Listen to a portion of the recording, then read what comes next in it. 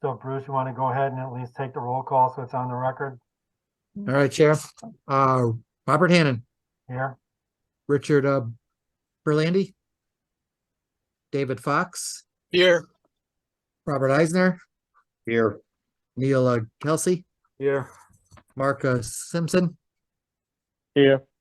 and Ned Statchin. Here. Emily Brick. That's it. All right, so I've got 7:01, so we'll go ahead and call the September 6th, 2023 Wetlands Commission to order. First item under new business, Town of Farmington, Burlington Road. All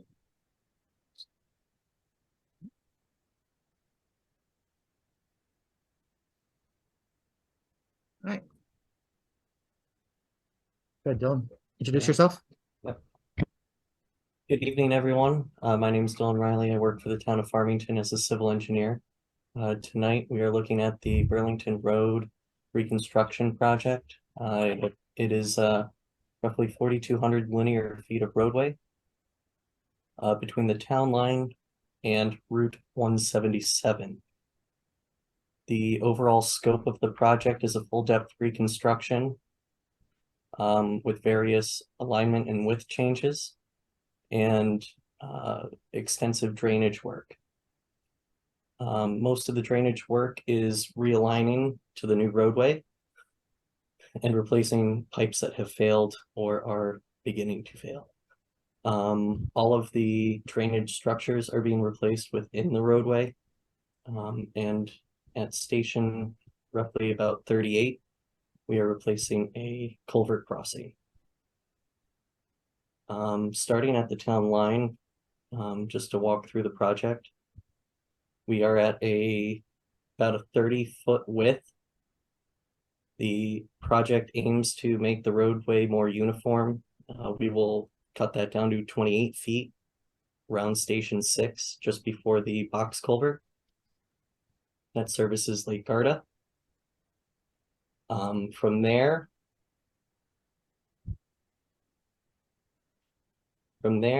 the roadway stays at 28 feet all the way up through the super elevated curve past River Road up to Doris Street. And at Doris Street, we drop down to a 24-foot width after the stop sign and intersection. That is roughly a 200-foot transition, and additional drainage is added there. At station roughly 750, the town has a roadway or off-road access to its sanitary sewer main line. It is anticipated that that would be used as a small staging area, but not confirmed yet. Here you can see that we are replacing a 18-inch line that runs into the box culvert.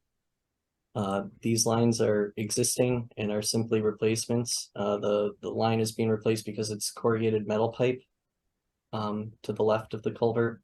And then due to the realignment, we have to adjust the pipe on the right of the culvert. Those would be going into existing holes and shouldn't pose any risk to the water course. Could you move to the next one, Bruce? Next sheet? Yeah. Okay.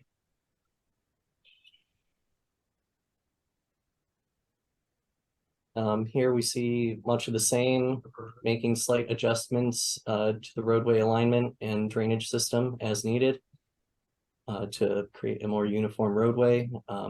At this curve, our widest roadway point was 34 feet. Again, that's being reduced to 28. At Doris Street, we start a 200-foot transition to a 24-foot width, and the extension of the storm lines from just to the left of Doris to just before the intersection of West Meath are all going to be perforated pipes to allow for infiltration. Next. Good. From Westmeath over to the culvert crossing that's being replaced, we have an additional storm drainage system being installed to help alleviate some of the roadway flooding that has been experienced in the past. And the pipe that we have chosen to replace the existing culvert is a 48-inch RCP pipe. The existing culvert is a 42-inch. The 48-inch will be sunken down approximately 4 inches to allow for the natural channel bottom to form within the pipe, giving us a flat surface area of roughly between 20 and 26 inches of natural channel bottom within the pipe. Hydraulically, the pipe is sized to be a 46-inch pipe, even with the natural stream bed within it. And a plunge pool will be installed both upstream and downstream of the pipe to help with sediment control, so that the pipe doesn't overfill with sediment and reduce that hydraulic capacity. Then we continue up to the Route 177 line with, again, the same thing, just adjusting drainage structures and the roadway to our new uniform width.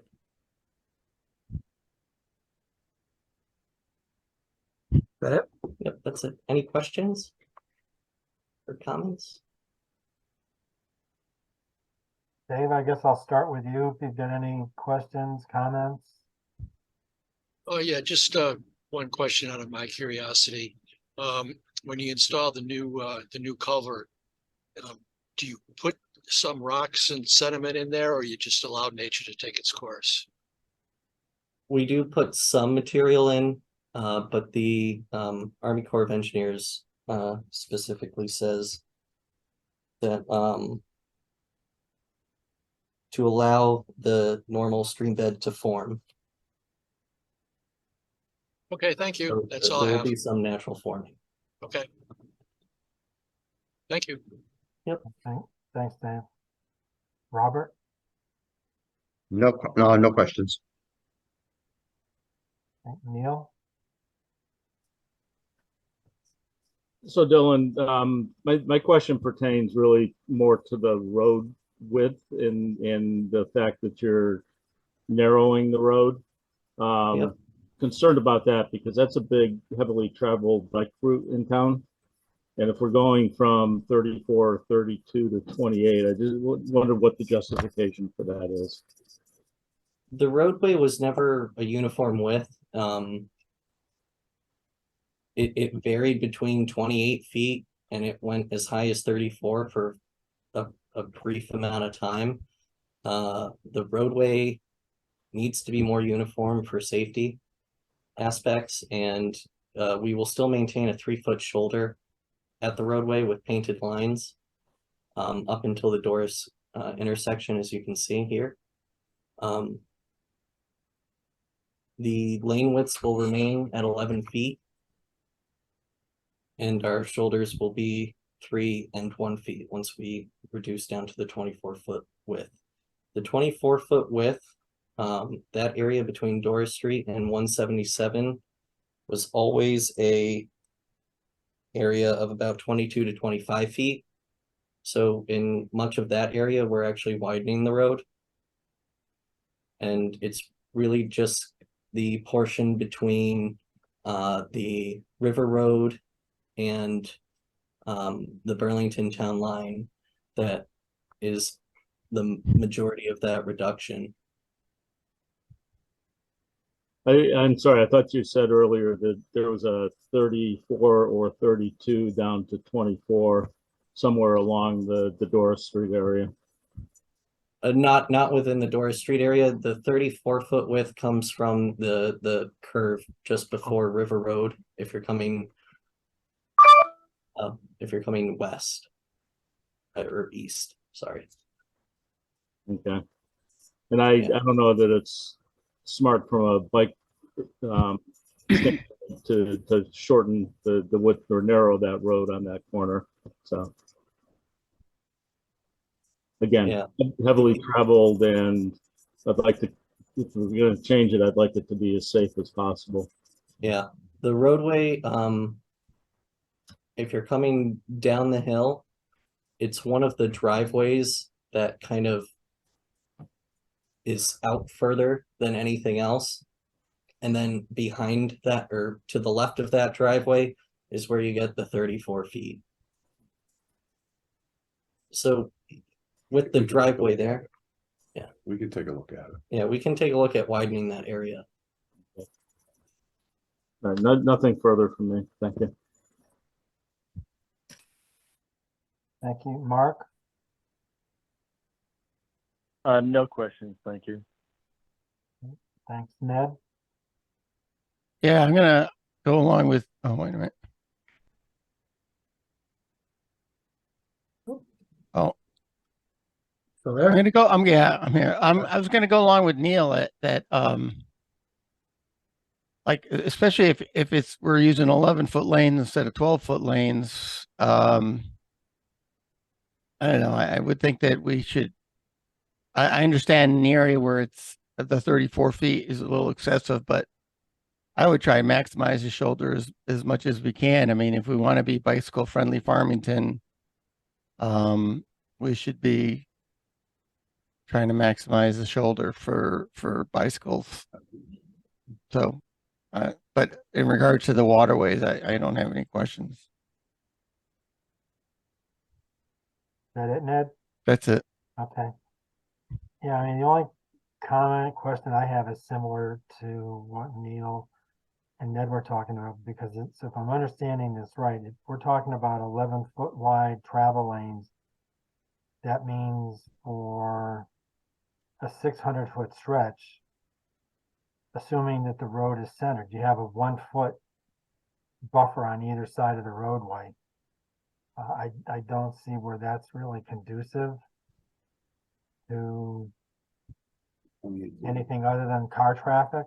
You know, whether people are walking, riding bikes, you know, because then when you get up to the area that's 28 feet, I'm assuming, you know, based on my numbers, if they're correct, you've got 3-foot wide strip on either side of the road, which, you know, can allow for a little easier access with bikes, people walking, things of that nature. So I'm just concerned about that 24-foot wide stretch for 600 feet.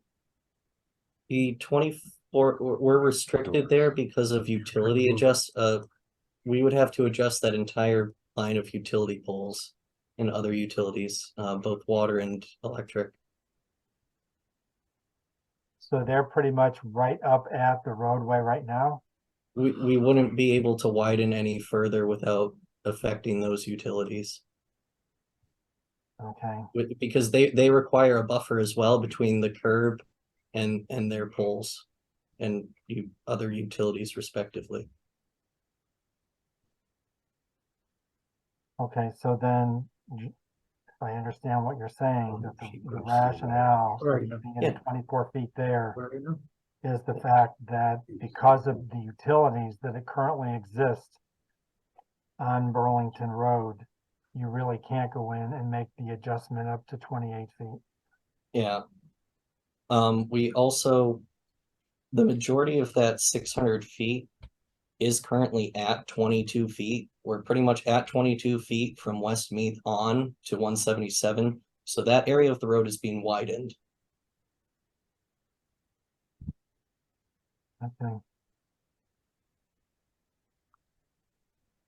And that was really the only question I had. I mean, it just, I wasn't understanding why that 600-foot strip roughly was 24 feet wide and everything else was 28, but it helps with the explanation about existing utilities and how that complicates matters.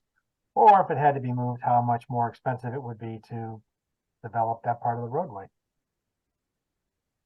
So I don't have anything else. Anybody else have anything else they thought of before we go back to Bruce on this?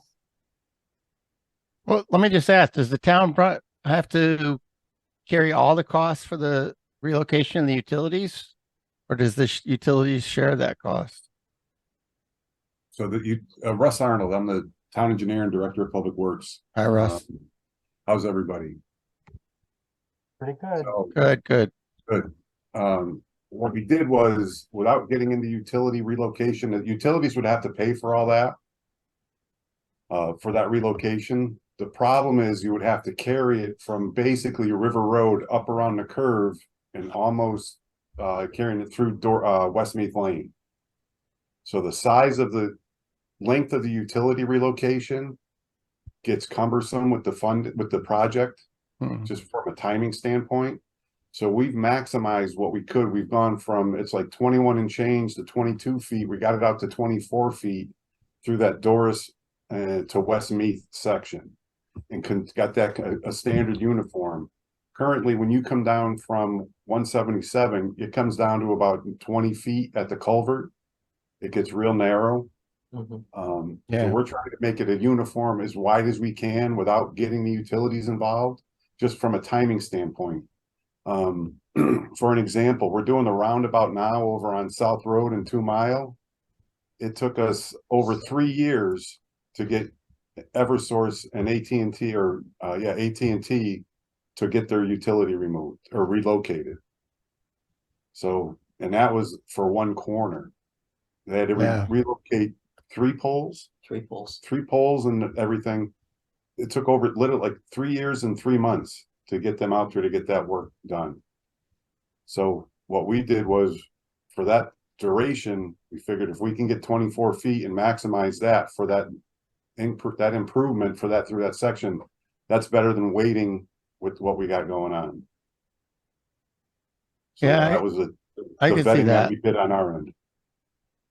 All right. As long as, we had our efforts made to try and widen as much as possible. I just think, I ride my bike down through there and so I know it can be tight. And so, and then like you say, it does build up it narrows down a lot at the culvert. So that'll be helpful to have that area widened out. And one thing too, not that this carries a lot of weight, but making these adjustments in people's front yards is already, I've already talked with a couple of them. They're not real happy about the adjustment because they feel like we're stealing some of their land, which we're still within the right of way, but it creates a whole nother issue between, with the residents. So explaining what we have to do and getting to the 24 feet, that kind of was, acceptable to them. One thing that we can do is through the curve, we can keep that, open that up and make that a little bit wider than the 28. And maybe we start from Doris Street, we start gearing it back up to maintain that 28, 30 foot through that curve going down the River Road.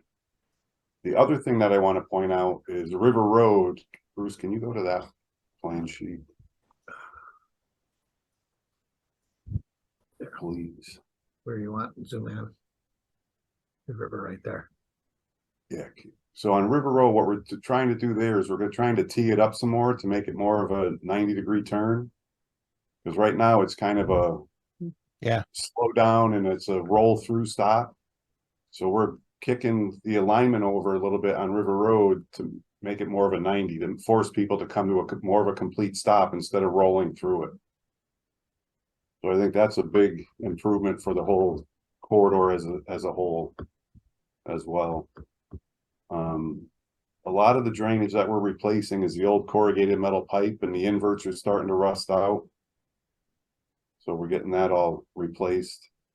And the funding for this is through LOTSIP. So it's 100% funded and town designed.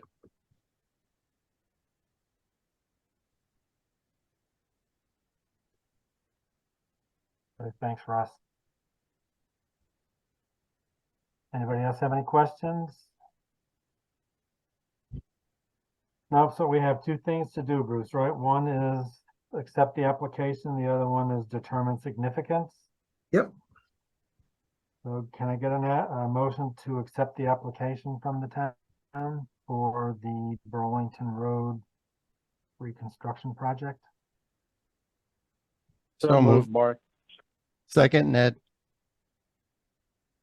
Okay, so we have a motion on the floor to accept the application from the town of Farmington for the Burlington Road reconstruction. All those in favor say aye. Aye.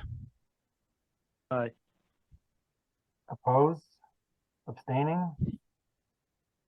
Okay, what's your concept about significance? I would say it's probably not, because it's basically going in and reconstructing an existing roadway already. I mean, there are gonna be some minor upgrades, but I don't think that's gonna be significant, but that's my take on it. So Dave, your take, I totally agree. Robert?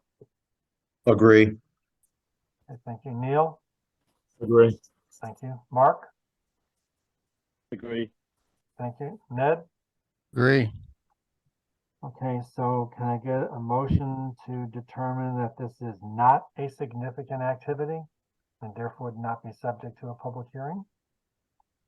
So move, Ned. Is there a second? Dave will second. Second, Mark. So Bruce, I'll let you and Sandy fight that one out. There's So we no have a fighting. Sandy motion picks. indicating that this is not a significant activity, therefore it would not be subject to a public hearing. All those in favor, please signify by saying aye. Aye. Opposed, abstaining?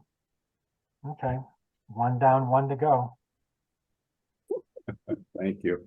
Next item on the agenda, Town of Farmington, lot 8664 Plainville Avenue. Good luck on this one, Russ. Oh, thanks. Thanks for the support. I take it I'm the eye in the team. That's one way of looking at it.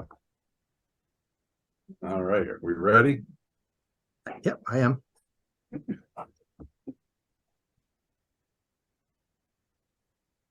Are you don't have to read No. or anything? No, I don't have to read anything. Just go ahead. Okay, Just good. introduce it and just. All right, Russ Arnold, Town Engineer, Director of Public Works for the town of Farmington. As you all are more than likely aware that we've had over 14 inches of rain in the month of July, which is a significant amount. It's the highest rain total since 1955 for July. Our highway was out mowing the side of the trail at the end of July, around the 28th, I believe it was.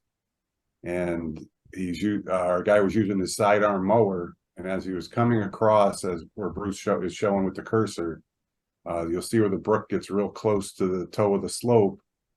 He found, as he was mowing through the Japanese knotweed, he found a huge depression, and a lot of the embankment had failed and had washed down. And myself and Jim Rusbazen, the highway superintendent, went out and took a look at it. The operator called us, and to be honest with him, I go, how bad could it be? I went out and I was flabbergasted.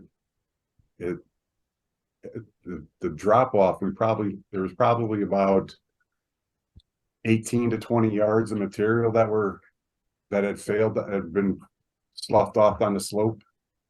There were two 10-inch locust trees that were undermined by about 5 feet.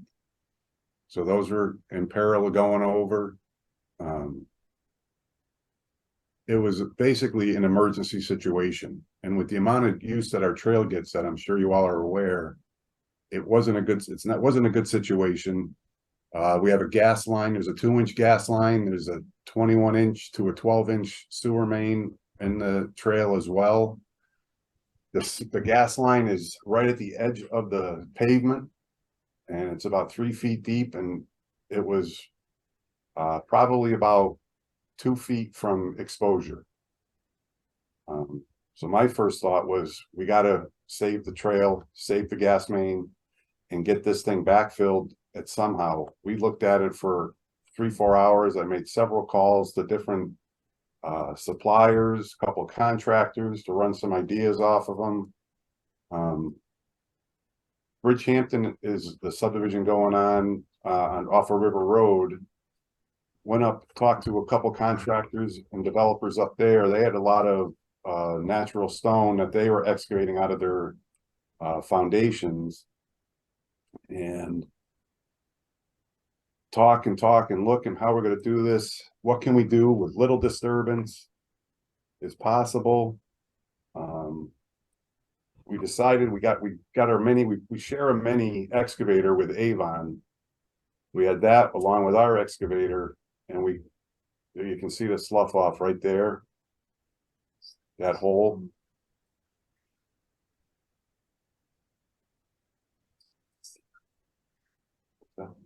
Oh, this is so sorry. I'm trying to fight the screen here. Why it's doing that. So, Hit the gray think- arrow at the bottom. one The gray arrow at the right there. bottom. So, Yeah. thank you. Yeah. I'm like, So you can see where the big hole is. And the gas main is at like where the cones are. That's where the gas main is located. And around where the cones and the barricades. there. So with everything going on, we decided that the best thing to do would be we got to get rid of that undermining. There'd be no way we can reach down with our equipment, reach down and fill underneath and try and support the slope that way. That wasn't feasible.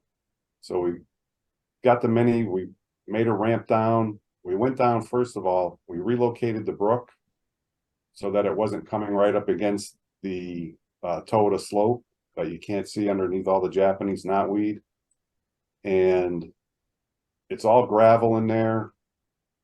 We put in a stone check dam before we relocated the brook to slow down any sediment or anything that was going on. That would be going on with the changing of the brook. We dug it backwards and then opened up the dam, if you will, to get the water to go through the new channel. We then proceeded to get the boulders. We got those for free. We had to load them in our trucks and haul them down. Took out the stump, filled it all in with the rock. What else? We had that. And the one thing we did, we had a couple of guys go down, walk through the brook with some sticks, trying to push any fish if there were any before we did anything, so that we just weren't filling in the brook. We ended up filling in about 3/4 of the channel that was there in order to support the slope. And we left the temporary channel. There's a picture of what we ended, the final result. So we left the temporary channel crossing or relocation in order to deal with, your commission. We got to deal with the lower the Farmington River the lower scenic, then Farmington River Watershed, National Park Service, DEP, and figure out how we can put this thing back or what we need to do. I just didn't think it was a good decision to try and relocate it back and create a whole new channel again for the stream bed. So at this point, we're here. We obviously weren't trying to hide anything. We were doing this to keep the trail open, protect the gas main and the sewer. This isn't a closed book by any means on our end. We're going to meet with those entities from the state, I think on the 15th of September. Yep. Around 11 o'clock. And then go from there and see what they're going to want us to do. And the one thing I want everyone to know too is there was very little silt that was washed downstream from our activity. And with the river being up high with all the rain that we've had, it was, I think at that point, it was somewhere flowing around 1,800 CFS, which for this time of year, I think we're down to about 500 at the bridge. So it's extremely high for July and August, beginning of August. So any silt that did get down, the damage was already done from the washout. And I couldn't tell you if that washout occurred in June, if it occurred in July, or if it occurred on July 20th. I can't tell you because it was all overgrown with the knotweed. So we are here to work with you all. We'll work with the Park Service or Wild and Scenic and DEP and everybody to come up with a reasonable restoration. One thing that we've talked about, and I want everyone to understand as well, when this happened, I called Bruce and Shannon, and and we all put our heads together to try and come up with the best game plan on what to do, so we weren't just creating a bigger issue than what we already had. And I want to thank them for their time. It was of the essence just to get this thing stabilized and get it back so that we didn't have any more washout, because at that point they were calling for rain again, and the way our rainstorms are happening lately, you don't know if you're going to get a ½ inch or 3.5 inches. So that was another thing that we were fighting with and concerned about, but we all thought this ended up being a good solution. We have been in discussions about doing something similar to what the apartments did at Chuck's Steakhouse, at that culvert or that bridge crossing where they took Took down all the trees illegally? well, that's a whole nother issue, Bob. We weren't trying to be illegal here. Where they rebuilt the slope and hand planted different bushes and things into the crevices. So I think that is going to be a good solution that we can do there and get some things planted within the crevices of the rock. Russ, I do have one question for you, and it Sure. really doesn't have anything to do with what you guys did. But I've heard that the water volume may have been closer to about 2,200 cubic feet. It could be at some point, Bob, it was up around 2,500. Yeah. But So- I guess my question is, Yes. because of all the rain that we had, and the way that it was explained to me is that the river ended up backing up the water into Unionville Brook, so the water from Unionville Brook could not get out into the Farmington River. And I believe there was also a discharge from the dam control facility upstream. Do you know if that's correct or not? The timing of the dam release, I can check. I get notifications of that. But they constantly release water, hold back water, depending on what the weather forecast is. But they were definitely releasing a lot of water. Colebrook Reservoir, I took a ride up earlier, probably the third week of July, and it's as high as that I've ever seen it. But yeah, you're 100% correct. That backwater, it's similar situation to the Pequabic entering the Farmington River down in the meadows. Mm-hmm. It backs up and the Pequabic can't discharge, so then that floods into the meadows first. So this is the same thing. The river was so high, it was holding back the water in the brook, and I think we started getting some turbulence, and that's what caused our problem. Yeah, so I mean, again, sort of what I thought I understood is that this was sort of an unusual set of circumstances coming together to create the problem. So, Correct. and I personally understand wanting to go out there and do some emergency work with the gas line and sanitary sewer line out there, as well as the path itself, so, yeah, I mean, it'll be interesting to see what kind of a solution gets resolved in this. And I guess part of the reason that Parks and some of their folks, or National Park Service and their folks, found this is because we had a meeting over at the Unionville Brook and they decided to take a walk upstream to get a better feel. So I apologize for that. No. And like I said, we weren't trying to hide anything. No, I know. It is what it is. And Yeah, if I didn't have this kind of timing and luck, I wouldn't have anything at all, Bob. So yeah, no, I it is what it is. understand. No, I And just wanted to appreciate talk that. about that, the possible release of water also from the flood storage structure, so if they're releasing water too, or like you said, 14 inches of rain in July, and you've got some pretty strong currents and they're releasing more water into it, it can make for an interesting situation. But I Right. mean, that's all I really had to say on that. So, Dave, I'll go to you. Any questions, comments? Yeah, I was pretty aware of this situation. I bike past this thing like 3 or 4 times a week. And the first time I saw it, it looked very scary. So I'm glad you did something quickly about it. Other than that, I guess we'll have to, look to all these agencies to come up with a restoration plan. But that's all I have. Okay, thanks. Robert?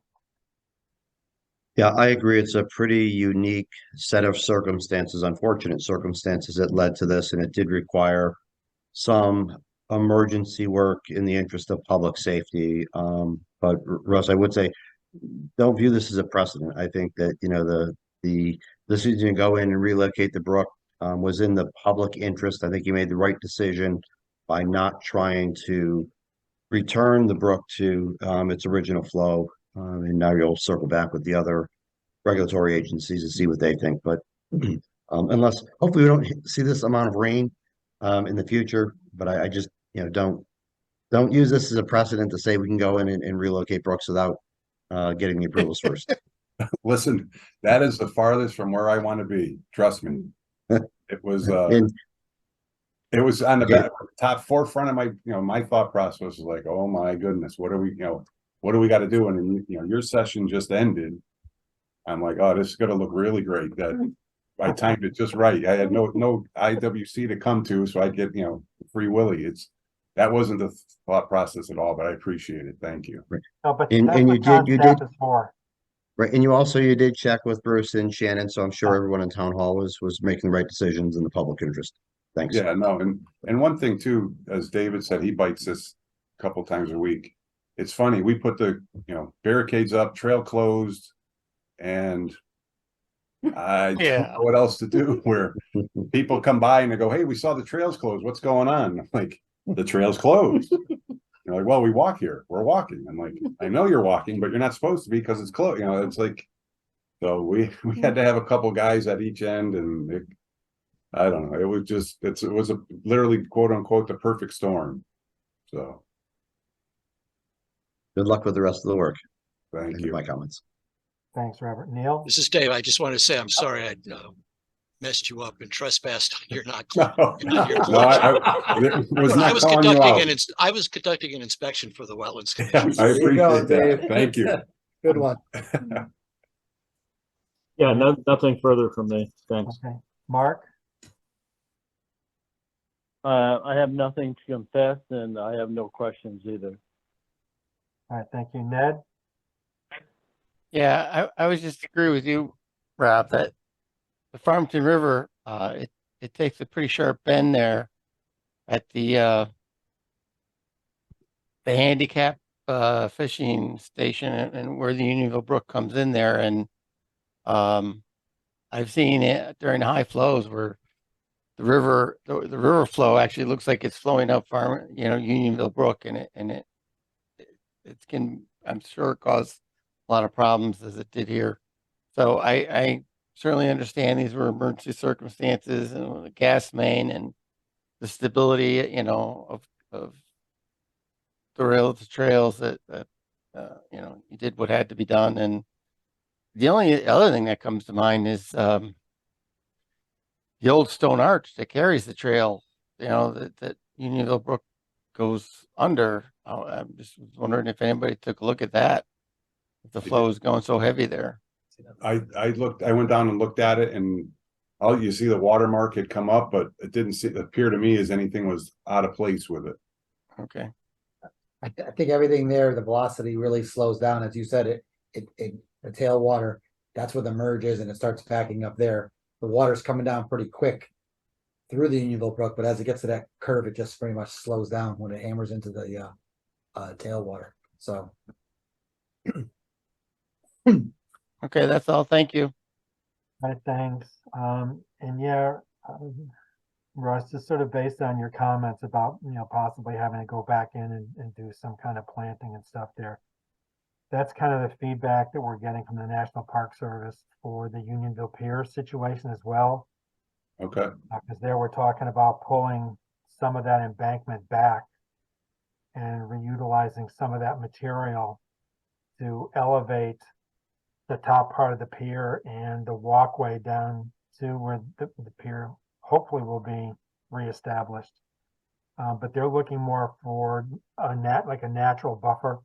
So I think that your thought process is probably in the right place with what folks may be looking for on it. So, Okay. if you've got some examples, one of the things you may want to try and do, if you can, is if we've got a similar situation down by the steakhouse of what's been done, you may want to go down there and maybe take some photos to show what that looks like, you know, just as that may be the same type of example you can use here. And Exactly, that may help too. So, right. No, that's one thing that Bruce had brought up is, and Shannon, that's come out, it's really taken and it's stabilized, and I have to be honest, I was skeptical about that and how long it would last, but it really worked out well. So I think that's a viable option, and hopefully they'll agree to it, at least to some portion thereof.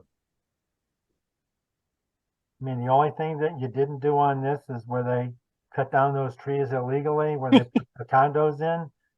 They put a bunch of plants in as they were putting the rocks in, that seemed to take fairly well too, but we can come back on that.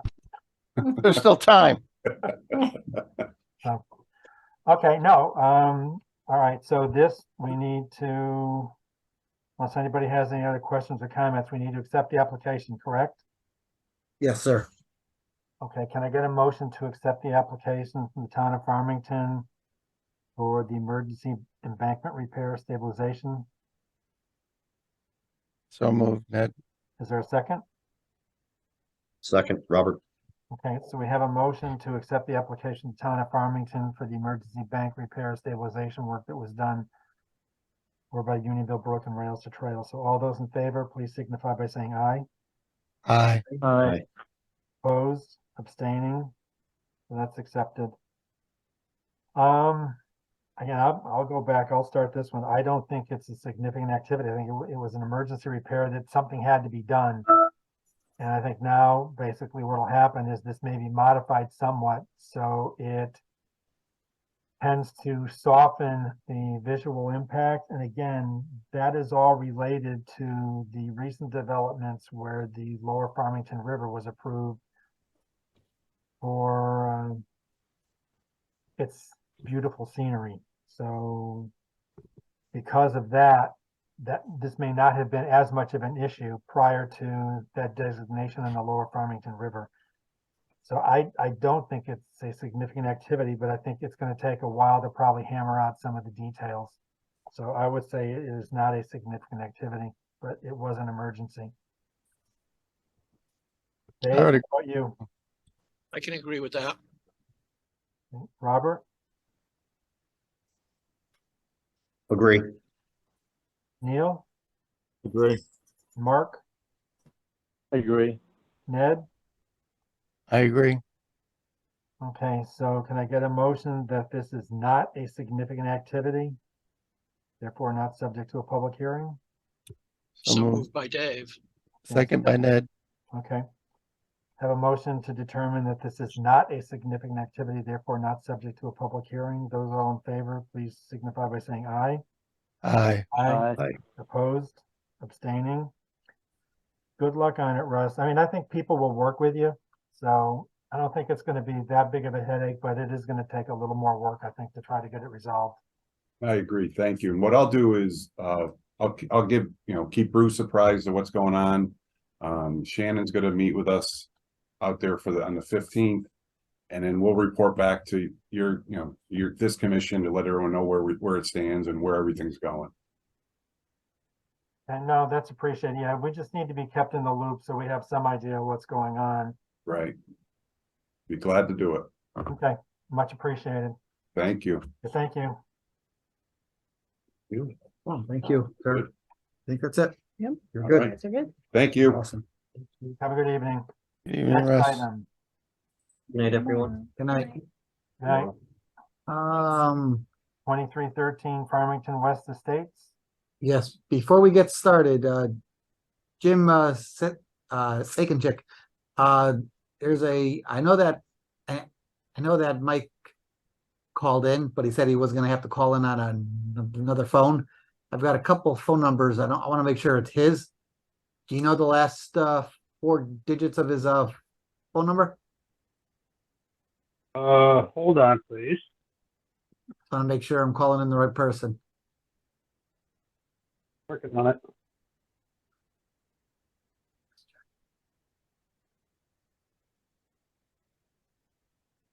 Bruce, Jim Ziogas, on my list of attendees, Mike Tranquillo is shown. He is, but he said he would not have audio. He was gonna have to I call down see. the phone. Okay. His number is, can you hear me? Yeah, just give me the last 4 digits. I don't want Okay. to broadcast it over to the world. I'll give you more than that. 877-3674. No, that's not it. Well, let me check this one. Well, that's going to be his mobile. I know he was trying to call in on this landline. Call him on that number. That'll work.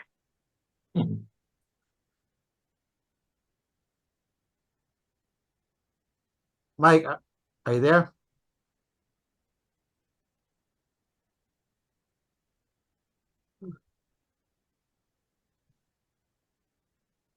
Who was doing the presentation, James? You or I'm I will James, do the presentation, yes. James Iogas is going to start. okay? All right, we'll let it go, and then if Mike gets it fixed, he can call in. All right. Thank you. Go ahead whenever Are you're you all ready. set? Okay. Yep. Introduce yourselves and let's go. Yep. Attorney James Iogas, 104 Bellevue Avenue, Bristol, Connecticut, for the applicant Farmington West Estates Limited Partnership. This application is a proposal to continue the development of the parcel known as Farmington West Estates.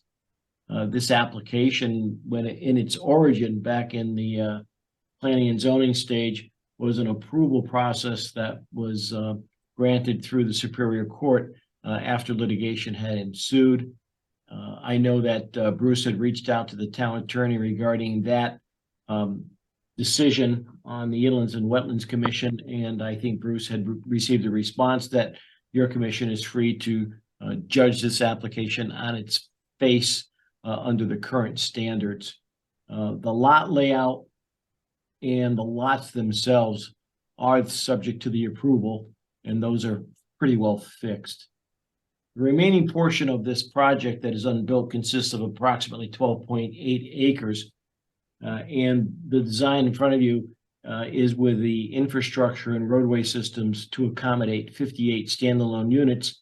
And this will be known as Phase 4 of Farmington West Estates. Access to the site is from Route 177 onto Snowberry Lane. This property is serviced by city sewer and water. No wells or septic systems are required. The site is generally level to gently sloping and consists of young forested uplands and wetlands, consisting of open, moist, and wet meadows. Part of the property has been used as a staging area for the construction of the previous phases of this project, and it housed construction material and heavy equipment. Most of the area, with the exception of the wetlands area, are disturbed by the previous construction phases. The existing wetlands is infested with the proliferation of invasive plant species, dominant species including multiflora rose, autumn olive, glossy buckhorn, and Japanese barberry and Japanese knotweed, as was discussed in the previous application. Invasive species to the extent that I think they impact the ability to enjoy some of these wetlands in their natural state. The wetlands were delineated by George Logan from Marima, and he visited the site on February 23rd, March 10th, April 1st, and August 17th of last year. And he has filed a report with the commission, and the summary of his findings are contained in section 2 of that report. There are 4 wetlands area associated with this application. Wetlands area A is to the west of the property, where the cursor is being shown near units 22, and there's wetland flags A1 through A27. And again, this runs on the westerly portion of the parcel. No disturbance is proposed in this area, but there is a disturbance within the uplands review area. We believe at this point in time, based upon discussions with the city, the disturbed area is about 750 square feet of disturbance. Wetlands B is located to the north of the property, near the culvert that enters the property from Route 177, and that culvert sheds stormwater onto the property. Wetlands C is an isolated area between B and D on the east side of the property, and then Wetlands D is located in the southeastern portion of the property And this is an area that is the least disturbed area, has some mature trees in it. Its perimeter is infiltrated with some species that are certainly not wanted, and part of our plan is to kind of clean up that area. Direct impacts to the wetlands will occur in primarily 3 locations. The first area is in Wetlands Area D, near lots 94 and 95. And in the southeast corner of the property, that's about 903 square feet of disturbance that will take place. It's proposed that in this disturbed area that plantings will take place that will basically be able to spread on a rapid basis to create a buffer from the homes to the beginning of the wetlands area. Near lot 96, there's approximately 93 square feet of disturbance. And then near lot 99, there is 21 feet of disturbance. So those are small areas of disturbance. The total areas of disturbance, 94 and 95 is 903 square feet. I don't know if I mentioned that, but that's the total area of disturbance is about 1,017 square feet. And this disturbance will be offset by the development of approximately 3,000 square feet of compensatory wetlands mitigation in the northeast corner of the property near the culvert on 177. In this regard, a wet bottom detention basin will be constructed up gradient of the wetlands in Area B. This detention basin and the work that's being done in this area will achieve several objectives. Number one, it'll provide water quality controls for the stormwater entering the property from Route 177. It'll also provide additional water quality controls for the runoff from our existing impervious conditions. And number three, it'll create a new wetlands habitat to mitigate the loss of habitat in certain other areas. In addition to the new wetlands mitigation area, the applicant will also remove invasive plant species within 25 feet of the wetlands boundary. Again, trying to clean up the area from these invasive species to make it at least a little better type of wetlands for the homeowners to view. In areas where the encroachments into the wetlands have occurred, that's on lots 94 and 97, as I previously stated, species such as gray dogwood, nannyberry, and sweet pepperbush would be planted. Now, these types of plants are known to spread very quickly and will provide a buffer in a relatively short period of time. While there's always a potential for soil erosion, this site poses a low risk, moderate risk for that occurrence due to the appropriate erosion and sediment control measures that are instituted in the plan. And secondly, because the soil textures are sandy with low moderate erosive potential. And finally, the slopes are gentle to nearly level throughout the site, so they're not being adversely impacted by the development. The last area, as we mentioned, is the Wetlands Area A on the west side of the property. Again, just to reiterate, no disturbances would take place in that wetlands area. The work is in the uplands review area where a loose rubble stone wall exists just outside the wetlands area. The applicant wishes to make minor adjustments and relocate this man-made structure in certain areas and to solidify the stone wall. Again, as I mentioned, the disturbance in the upland review area is about 750 square feet of soil. Again, George Logan, in his report, indicates that in the opinion of REMA, this proposal represents a feasible and prudent alternative with regard to direct and indirect short-term and long-term impacts to the wetlands and watercourses in the project area. There will not be a significant impact or adverse impact to the site's regulated wetlands, and the revised regulated resources will continue to provide substantial functions and values post-construction. So that's the essence of the application from a inlands wetlands purview. We have online James Sakachik from Kratzer and Jones. Their firm has been involved in the design of the stormwater quality basin. There's 2 of them existing on the property, and of course the infrastructure for the development. So I'll turn it over to Jim. Take it away. Good evening. Can you hear me? Just always checking. Yes. Good audio. Okay. Yes, my name is Jim Sakonchik. I am a professional engineer. I'm a land surveyor. I'm president of the firm of Kratzer, Jones and Associates. And over the past 50 years, I've been practicing engineering and surveying in the state of Connecticut. And I hope to show you some useful information about this site. And I guess I request permission to share screen. No, no, we don't allow that, James. That's why we asked you guys to send the then- presentation. So I can follow along with you if you gave me the presentation, so just tell me to change Very good. us. I would like you to. Good. I'd like you to point to the wetlands on the left-hand side. Yes, yes.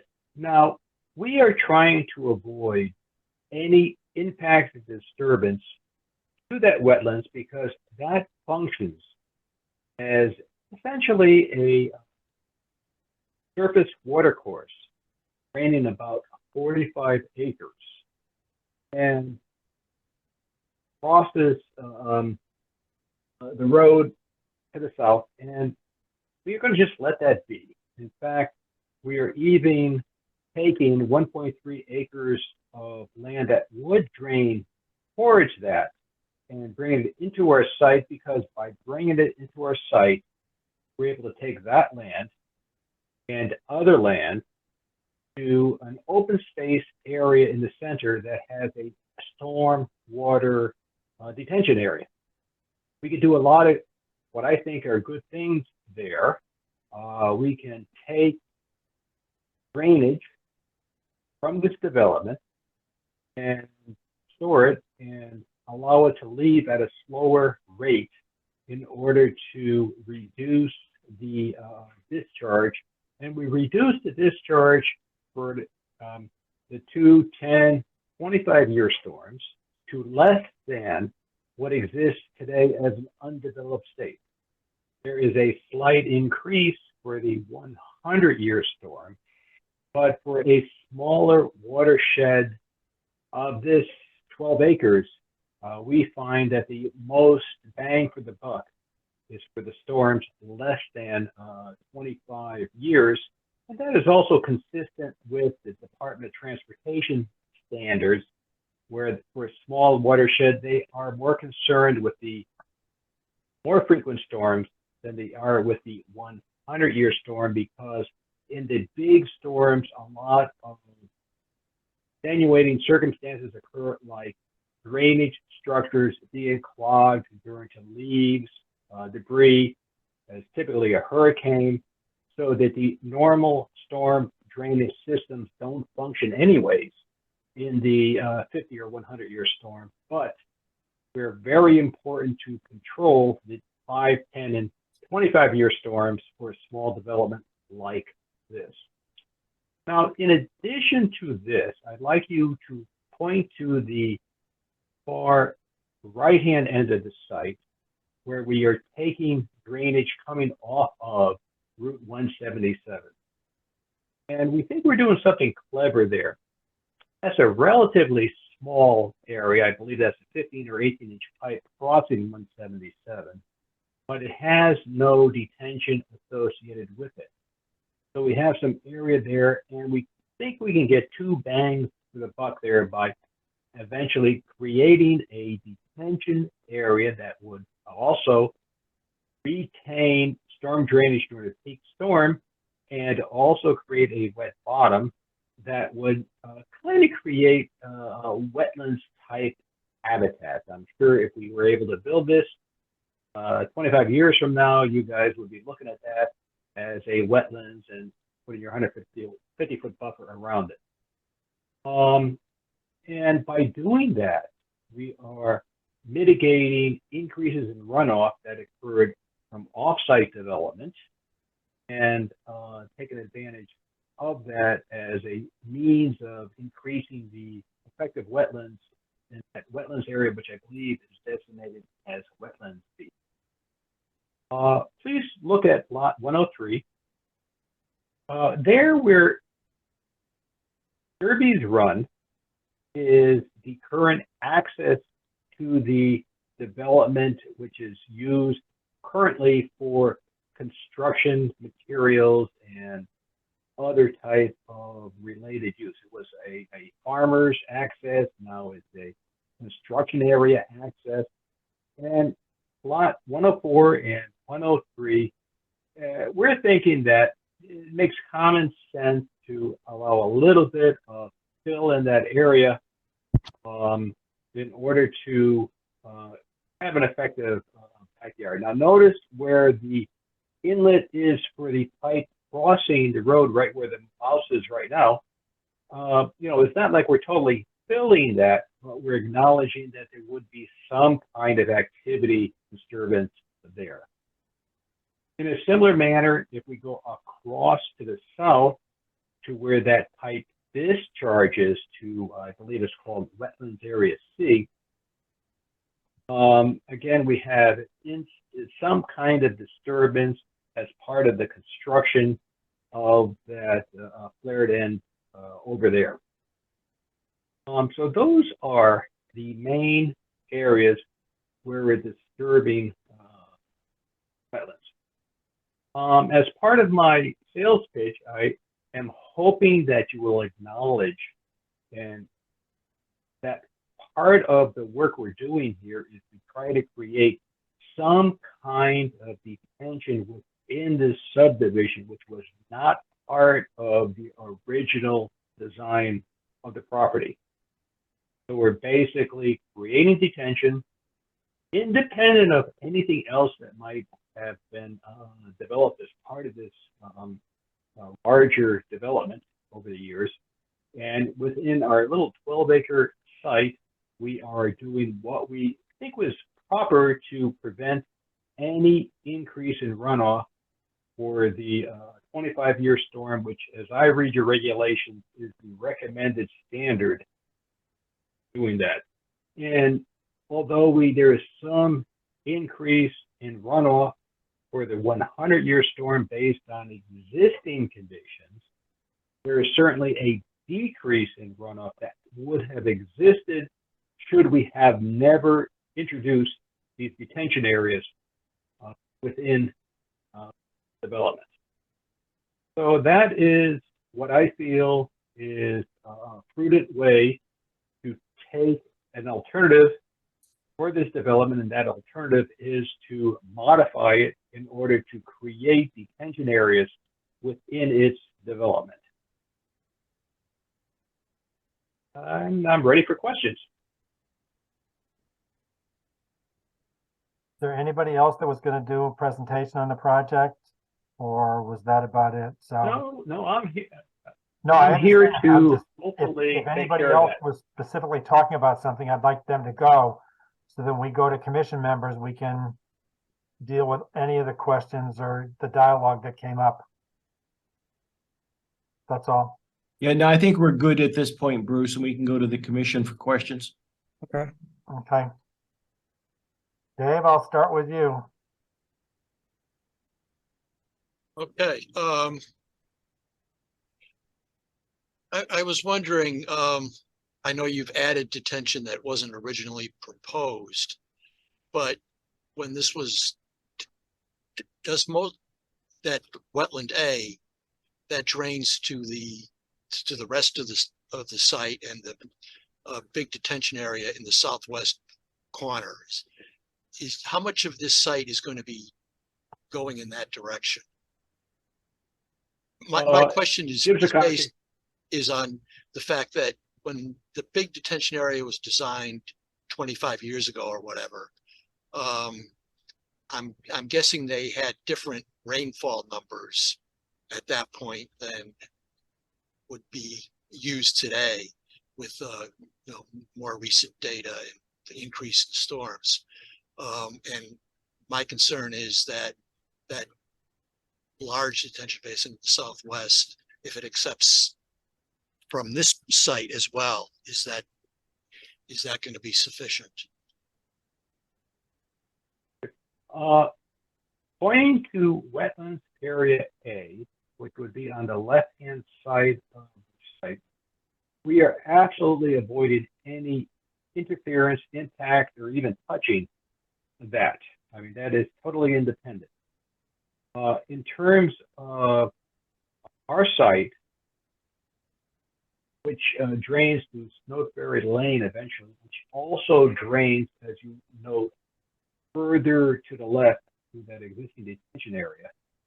We are doing every effort in order within this green area that you see to make sure that up to the 25-year storm, the water leaving this site would be less than the water that exists today leaving this site.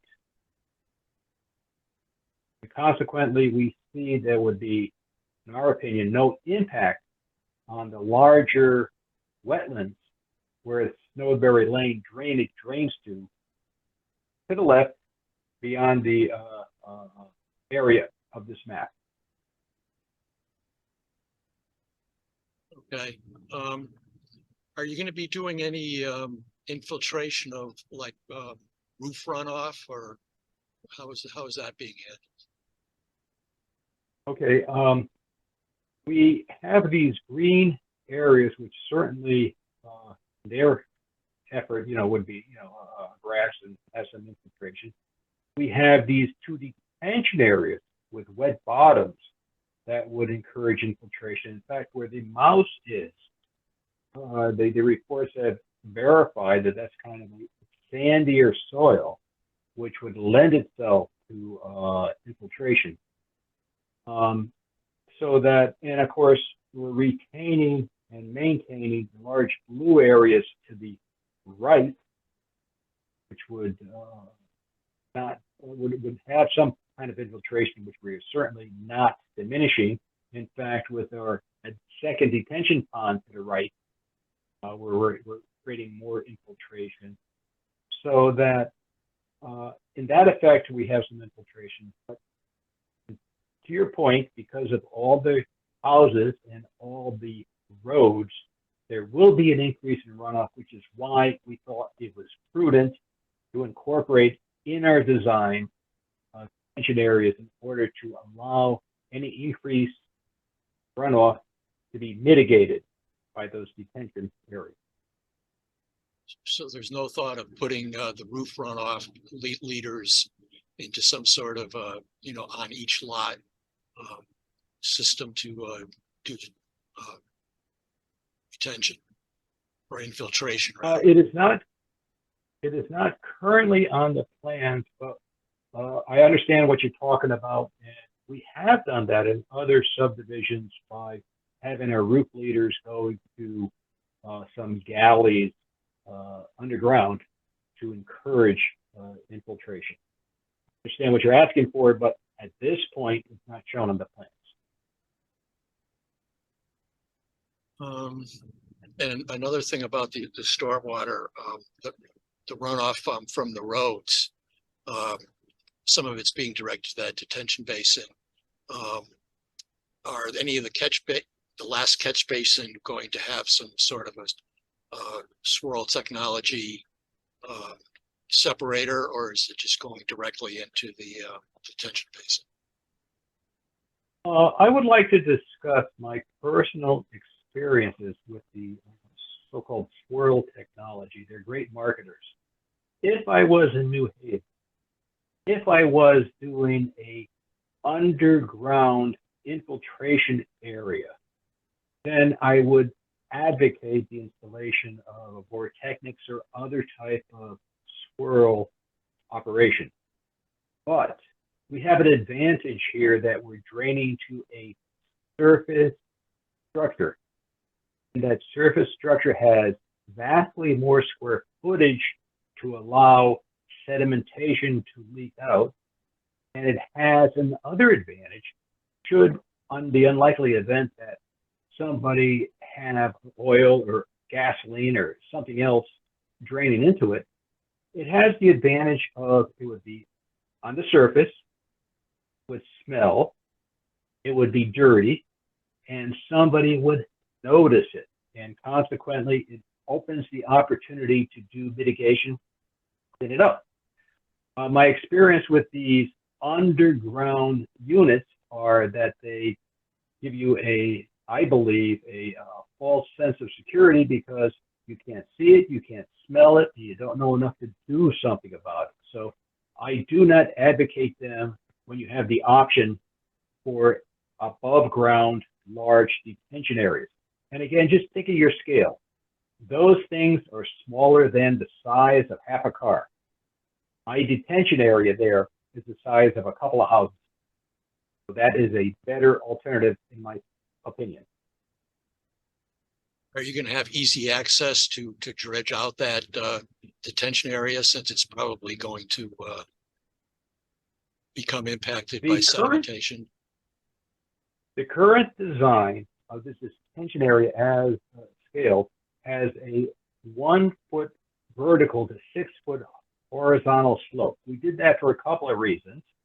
It would look like a gentle slope to the houses that surround it, and it would lend itself to easy access from a mini excavator, even a wheeled backhoe. So that allows for access for maintenance to this. And you can see there's plenty of room between the houses in certain areas to allow equipment to access it.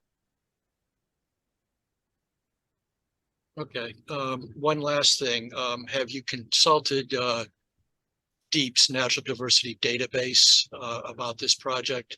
Because their map for the town shows that there's something on this site or in the vicinity of this site. I need further clarification. Are you talking about hazardous materials? No, the Natural Diversity Database is a listing that You must be Department of talking Energy and about, Environmental Protection has of endangered, threatened and endangered and special concern species. And a project just to the south of this, Moria Road, had 3 species at the site, and Deep gave recommendations regarding the construction for the project. I have not, but I believe Mr. George Logan would be better suited to address that issue. Yeah, I think we're gonna, we would really need that to be done. Yes, Commissioner, I agree with you. We'll have George address that issue. Thank you. That's all I have for now. Thanks, Dave. Robert?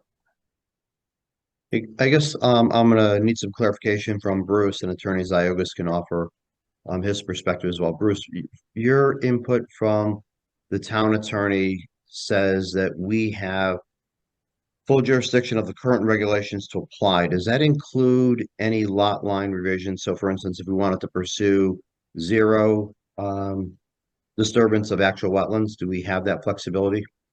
That is something that we can be discussing with the applicant. You know what I mean? What I did do, and I was kind of letting everyone go through this. I was trying to find a good time to jump in here, but what I kind of threw together really quick was a map. This was the original subdivision from '93, and you can see there's some dotted lines through here where the wetlands were at one point, or back when this was originally approved. What I had done is I'd come through and I kind of superimposed those on top of this new map to kind of show where they are at this point. So you can see, for example, the red area is where wetland has increased. So this wetland has increased in this area from what was originally approved. Same here, blob over here, and all of this. So as such, the boundaries have changed, and they do fall under our current regulations. So I think these are things we can discuss with the applicant via reduced houses, basement, no basements, moving lot lines. We have all that flexibility that we can work with the developer on this. Okay. Thank you, Bruce. And Bruce, if I might just ask you, if I could, Commissioner, interrupt you, I'm sorry. Yes, please. In the red areas on the map that you have on the screen, those are estimated overlays from the previous, from the old subdivision map? Yes, I could share those. Like I said, I had just thrown this together because we're trying to, there's so much here, Jim. We're trying to get this all together. So I wanted the commission to have something they could see to show what changed, why this regulation is being used. So do you think it's here- prudent, is it prudent for George to go out there and locate those to show whether or not those are in fact accurate and to flag it? What's accurate? The old wetlands that were there that you think have increased? Well, yes, what's happening here is, let me jump in a little smaller here. So this is his wetland flag here. Okay, this is Okay. this is actually George's flag here. Okay. Blue line is what was there from 93. Okay. Yep. So part of the 94 court approval. So there's really nothing to see. I mean, George has already Okay. flagged this as a wetland. Okay, that was my question. Thank you. Exactly. So, Yep. And I've got some additional information, Chair, we can go over as we go through the, I was going to give the commission a little updates on some of the drainage items and things, but we can go through all the comments first and then come back if you want. Thanks, Bruce, and thanks, Attorney Zargus, for that input. Yes, sir. My feeling is it's a pretty intense development. The amount of development within the regulated buffer zone is much, much greater than we usually entertain and approve. So I think, there has to be some balancing as to what happens here. And I think when we look at the overall development, the number of lots, there's actually a very small amount of physical disturbance and disruption of the flagged wetlands. My perspective would be, let's try and work to eliminate the direct impacts. And, and I recognize my statement means it could be a reduction of a few lots, but if you can get to a point where there's zero actual impact to the wetlands, then you have a lot of buffer zone impact, and there's already a pretty good start to a mitigation plan in place. That would be my perspective from a precedent standpoint. There's a lot of proposals that come before the commission, and we usually try to get people to stay out of the wetlands. The buffer zone is fair game, but I just look at the overall development and think with a little bit of work, this could result in a proposal that is zero direct impacts and a lot of impact in the buffer zone, which would be, potentially acceptable from my perspective. Okay, That's the end of my comment. thank you. Thanks, Robert. Neil? Yeah, I don't have anything further. I think Robert went where I was thinking. This is rather intense, and if we can do something to get us out of the wetlands, and I'd be more inclined to support that. Okay, thank you. Mark? I'm glad all this discussion came out. I did have questions during the presentation. I did hear them talk about disturbing wetlands, and I just wanted to verify it is physically wetlands, not within the upper level review area. Yeah, I think we need to look at this a little closer. I mean, we do not like to see disturbance of wetlands, but I think I need more information about what type of wetlands these are, and how extensive they are. And as has been brought up, maybe they have expanded. So I think we're at a point where we need further information before we can start even considering approval of any type of construction in that property. That's all. Good, thanks, Mark. Ned? Yeah, I agree that that this is a very intense project here, and so I would like to try and stay out of the wetlands myself. But I had a couple questions on wetlands A. You had mentioned that they were going to have to rebuild a stone rubble wall that's like an edge of the waterway, or Yeah, so I think repoint it would probably be the better terminology, because in Okay. some spots it is falling over. We wanted to be able to go in there and redo that. okay. But so now we're not talking about any major excavation for that, just kind of working with you know, maybe some sections that have fallen down a little bit, propping them up and then repointing. It's not like a big rebuild of that wall. Correct, but again, that's a fair question that we'll get you a full answer on, just to make sure that what I'm saying to you is the latest information that we have. Okay. Here's a blow up of part of their presentation showing the proposed house here. Here's the wetland area here. Okay, and then here's that stone wall. So Okay. in your plan set, and I apologize that the presentation I sent is pretty big.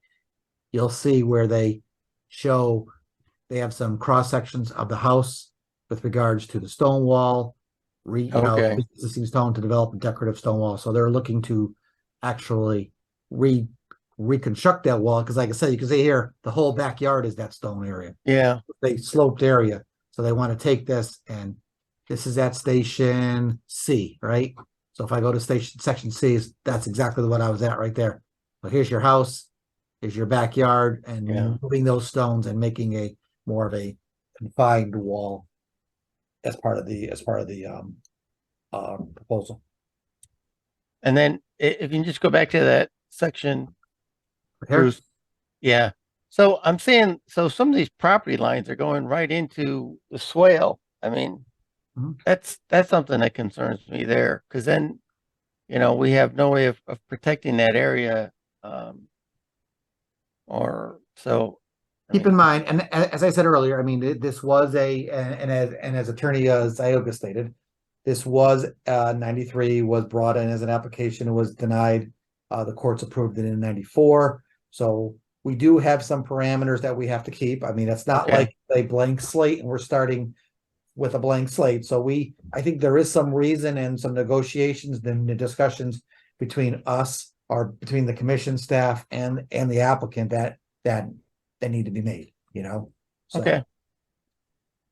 And then one last kind of general thing. So we recently had action on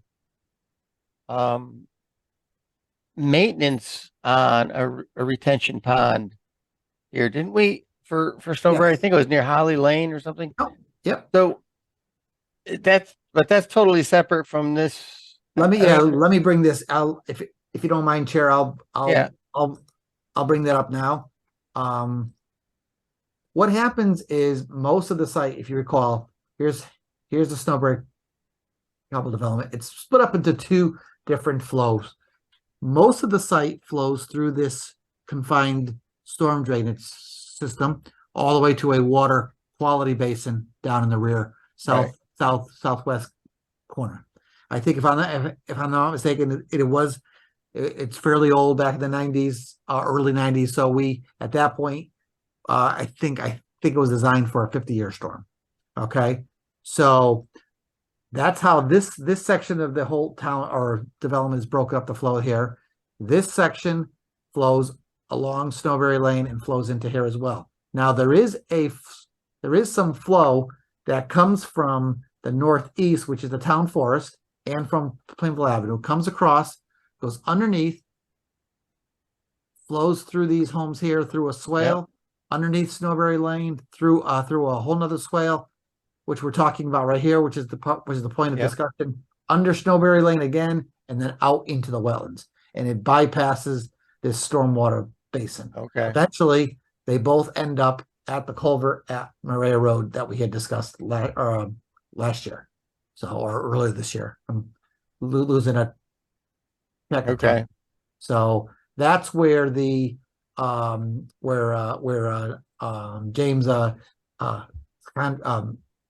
Stekanich was saying that what he's doing is eventually, right now, these lots, portion of this existing area flows into this swale, which goes underneath Snowberry Lane and away and bypasses the water quality basin. Yeah. What they're doing as part of this is they're moving that drainage divide line over to here, picking up the homes and most of the lots, putting it into a storm drainage system, piping it. Most of this will come into that system, into the detention system here. Let me go back to that now.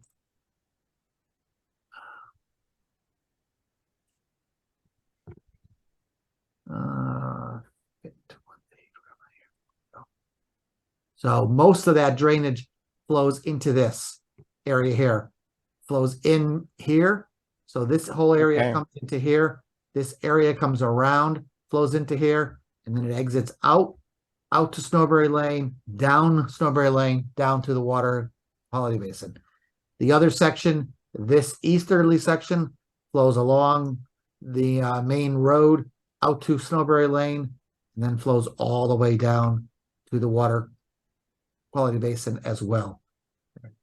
These wetlands all flow across underneath Derby's Run, all through here into this one, and then from there flow into the storm drainage system on Snowberry Lane, all the way down to the water quality basin. We have been working with them initially. We got these plans about a week ago, probably a little under a week ago. So I haven't had a full review. Had to finish my comments, but we are going through them. So we do have lots of the same questions that like you were having. But that was one of our initial concerns: is the time difference between 1993 and 2023, the difference in the rain events and the precipitation amounts. So our concern is the impact to that water quality basin and any potential flooding concerns. So that is what one of our major concerns were. As part of it, they have put a 30-inch pipe through here with a weir plate to try to meter that water back. That's one of them. They have done test pits in a lot of the homes here and down along here. So looking for some, and that was one of our concerns, is trying to look for roof infiltration. Is it feasible? Is it possible? So there's some more questions than answers we have there. They've looked at groundwater and bleeding, they called it, and or running water, but I don't have any note of any kind of modeling or anything like that. So we're working with them on that at this point to see if that is something that is feasible. Okay. I think that's it. Something. Yeah, I guess they were creating the retention basins in the wetland areas, but so the area wetland A though, that's a natural stream that comes from the Farmington Forest, and I know it goes in between and it's a narrow opening between some properties, and then but they're going to relocate that. No, we're not touching that at all. What's Okay. that? The swale here you're talking about? Yeah, the swale in the No. back there. Yeah. Nope. No, Okay, they're just about the wall. There's All that right. those loose stones. They're just going to rebuild Okay. them as part of it. Okay. All right. That's all the questions I have for now. Thank you. Okay, thanks, Ned. Bruce, can you go back to the NB3 presentation map, please? Oh, yes, I can, Chair. That's mine. Okay, over to, yeah, in looking at this, so for wetland A, those are pipes coming in and pipes going out of that? Exactly. There's I want to say there's twin 18 and twin 18 here. So all it is, and I think if you look at the report and if you look at my agenda review, I think George Logan had mentioned that this is mainly for the conveyance of stormwater runoff. Okay, yeah, so I was just curious about that. So if you got twin 18-inch pipes, you've got a fair amount of water going through there. Mm-hmm. Can you please do me a favor and blow it up a little bit, but going more towards the Plainville Avenue side of things? I'm not going to go back and rehash some of the things that you discussed. What is the minimum lot size here required? Back when this was originally approved, it was 5,000. Okay, because here's kind of where I'm going on this. You've got the wetland area here. I'm assuming that's part of a conservation area. It almost looks like lot 103, and if you can slide things up a little bit so we also pick up lot 99. It also looks like lots 103 and 99 are fairly large lots. Mhm. And what I'm almost thinking, what I would kind of like to see on this is because you do have a pipe to reconnect those wetlands, is I'd like to see that more as a conservation easement going through that whole area. I mean, it's still enough room, I think, for the lots so they conform to what the underlying zoning requirements are. But I think I would just rather see the continuity of the conservation area. So that's my 2 cents for, what was it, lots Yeah. 103 and 99. And then the other part, if you can slide down a little bit more, this is where I do have a little more heartburn going down towards 90 here. I think we have a different sheet, don't we? No, this is where I want. It's, Well, they show the red, they show 90, where the, 90, yeah. well, 94, 95, and 96. Right here. 96, I don't know, but I'm having some heartburn with what's on 94 and 95. Because that is, again, what Robert was talking about, that's going to be a direct impact on the wetlands, and I'm not sure if there's something that can be worked out there. I mean, it may end up being there's a lot that's lost, but that's kind of where I'm coming from on this. I mean, I can work with a lot of the other stuff, understanding what the background is on this. But I'd like to see a little more continuity in the conservation area, tie in wetlands B, C, and D, so that's all sort of tied in. And at the same time, it helps us preserve the conservation area because, and you're going to have some of the signs out there. I mean, because right here, I mean, I just don't see, in all honesty, people in lot 94, 95 adhering to conservation easements. I just don't see it happening. 96 is maybe a little more questionable, but so that's kind of where I'm coming from on it. But I agree with everything else that folks had spoken about. But those are where my major concerns are in terms of how the layout currently is. So I think I'm flexible enough to take a look at what the proposal is and understand sort of what the rules and ramifications are from the original approval.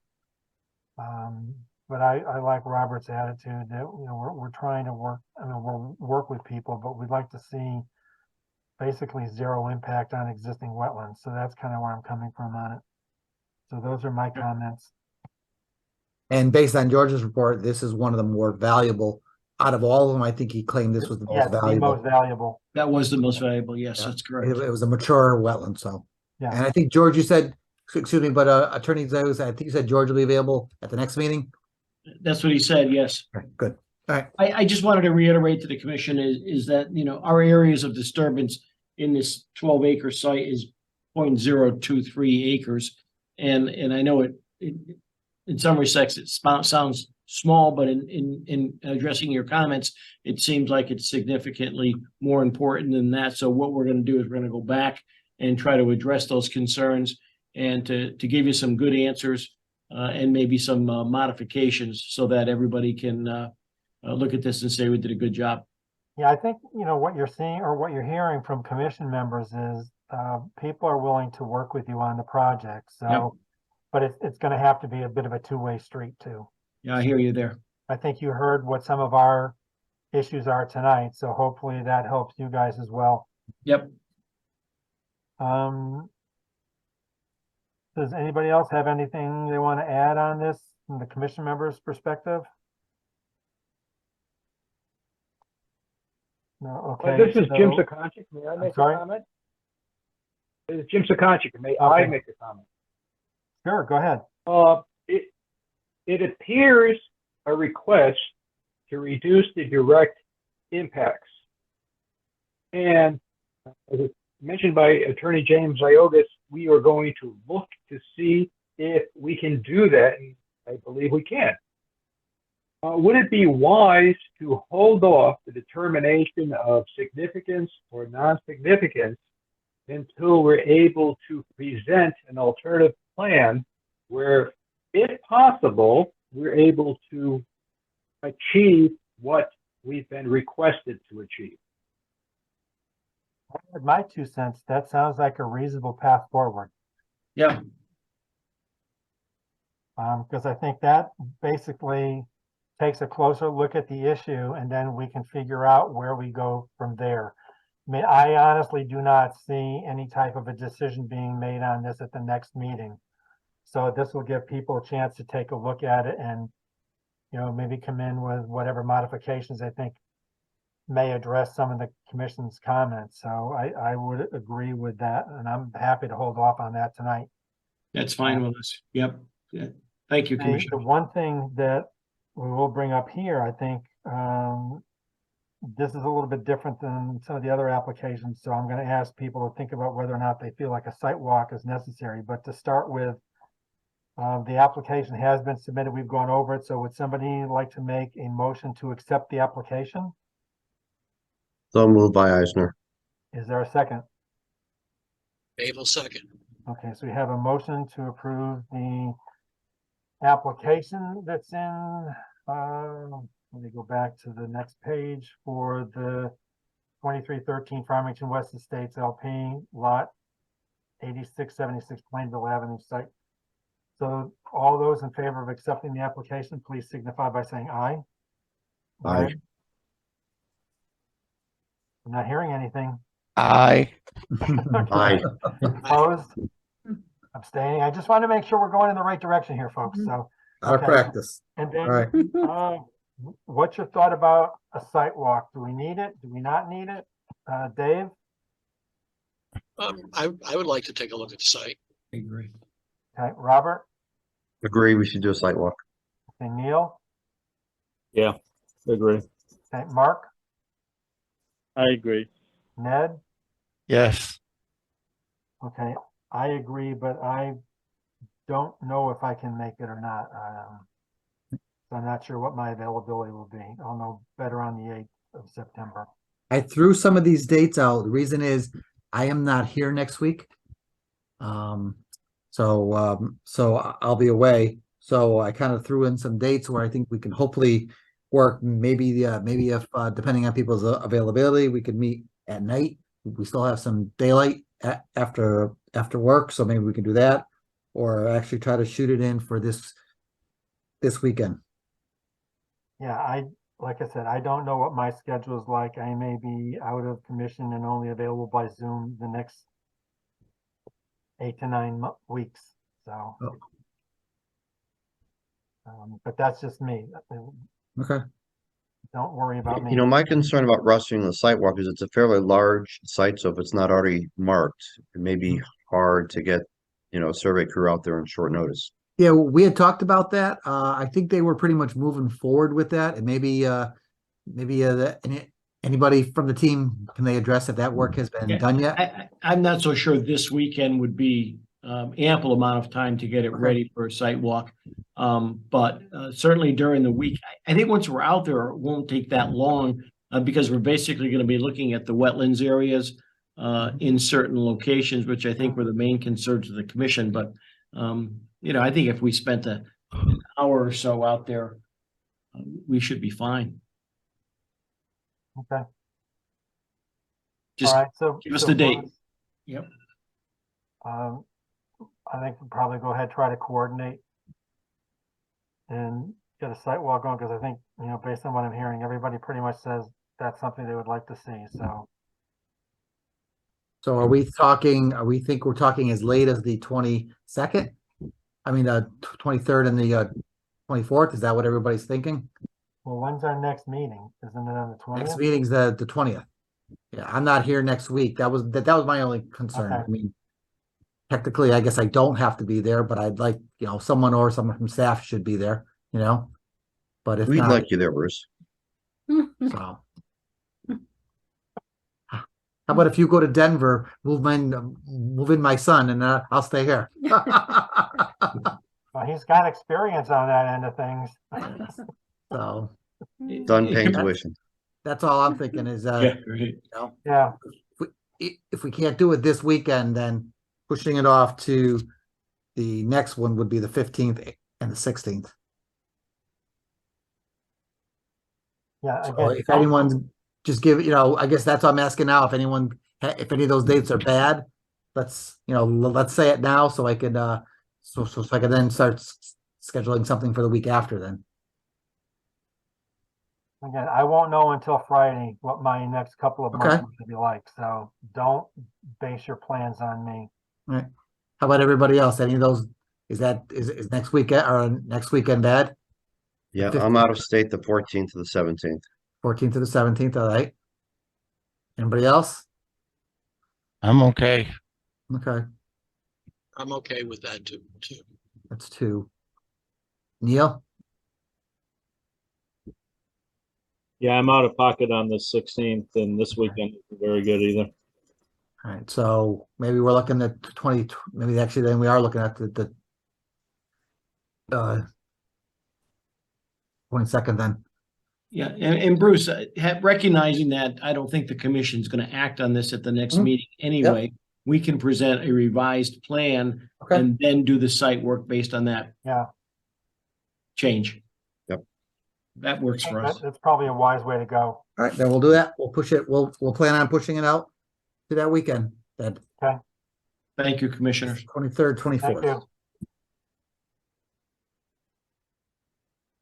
Okay. Next on the agenda. Cease and desist order. 504 Right. Main Street. Just give me a second Is that here. the one? Yep. Yep. I think the applicant is still here. Val, are you still in there? Yes, I'm here. All right, give me a second. Let me load up your stuff next.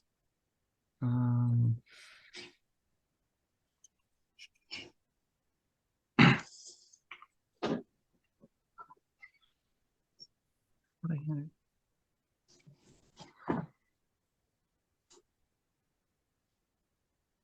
Oh, I apologize. I thought I had everything loaded in for you. I must have forgot. Okay. I sent some photos. Did everyone get the photos Yeah. from this morning? Let me do this. I apologize. Really embarrassed them. Give me a second. It's okay.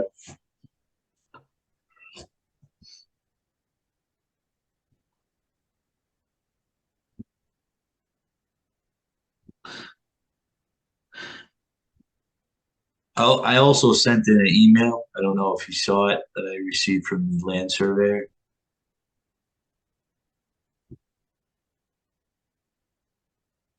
Map.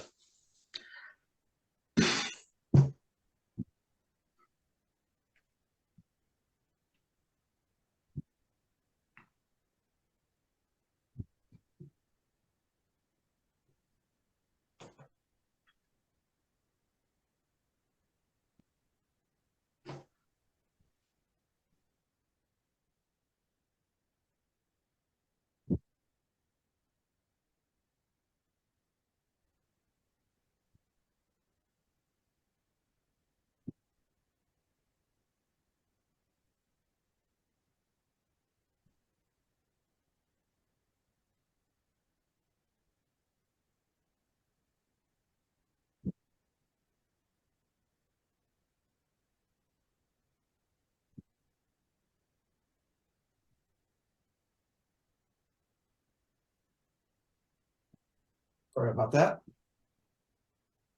I sent out some photos this morning. I was by the area. Stopped out. I'm not sure if you saw, so I sent you an email from Clark Landscaping, what he sent me. When was this? A little while, just a short while back here now. Oh, just- no, I don't have my email on, so I had stopped out. This is the site as of this morning. I think if you read the report, the agenda review, the applicant's been out of the country for a while. I spoke with his dad one of the days, and they were out there doing some work. They actually stripped a lot of this, made this topsoil pile, all right, put a big ring of hay bales along the edge to capture any of this runoff through here, seeded it, and put heavy mulch down. All right, so I stopped out this morning, and you can see a lot of the grass is starting to take. This is the side from the back of it. This is you can see it all starting to come in. The slope, however, I don't think is really coming in. I see a lot of the hay. I don't see much of the grass. It looks like a lot of the invasives are actually starting to take over. So I don't think you'll get much of the lawn to come up in there. As we discussed, as you see in my report, there was a laundry list of, or a list of items that we asked for at the last time that had not been addressed, and that was a receipt of the wetland report. We have not seen that as of yet.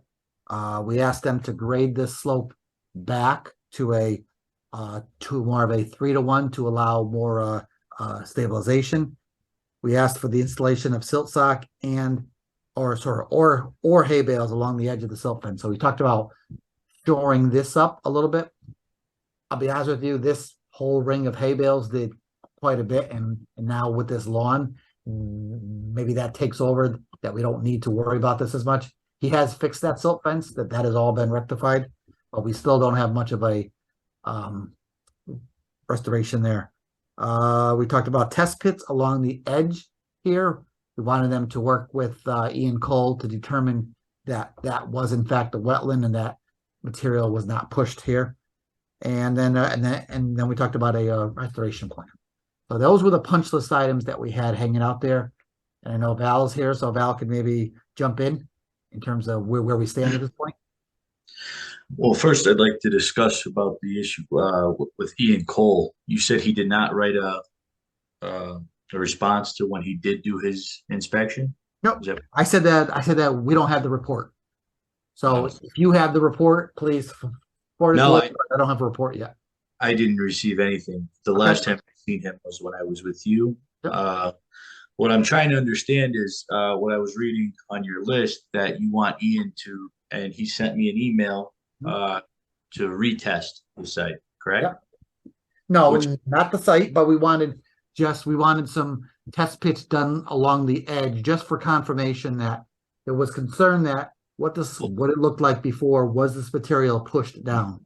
So we just wanted a few test pits to go deeper than Ian Cole does with his spade bit to confirm. Well, that's what I'm trying to understand. I thought that's what he was there to do the first time when I hired him, when he was hired. And I remember when he was there the day with you and me there, he specifically said he guaranteed that there was nothing in that. Yeah. He went along the edge. He went along the edge where the wetlands are. His spade bit does not go like a foot or anything over a foot deep. So the commissioners were concerned that this material got pushed. So all we're asking for is a couple of test pits in there with a larger machine. I know. Hold on a second. I understand what you're saying, but my concern is for me to I have to retest him. He's requesting another $2,000 plus $700 to come on to the Zoom, and you can clearly see the area that was originally there, at which he stated also. You could see it grew back where it was the original buffer area of the wetland there. You can see that invasive, I don't know what you call it. That's my only question I had, if it was necessary, because you can clearly see that area wasn't touched. It actually came back in, and you could see the area that was touched where the grassy, where I didn't, and they specifically said, I remember you were there, he specifically said he guaranteed that I didn't enter that area.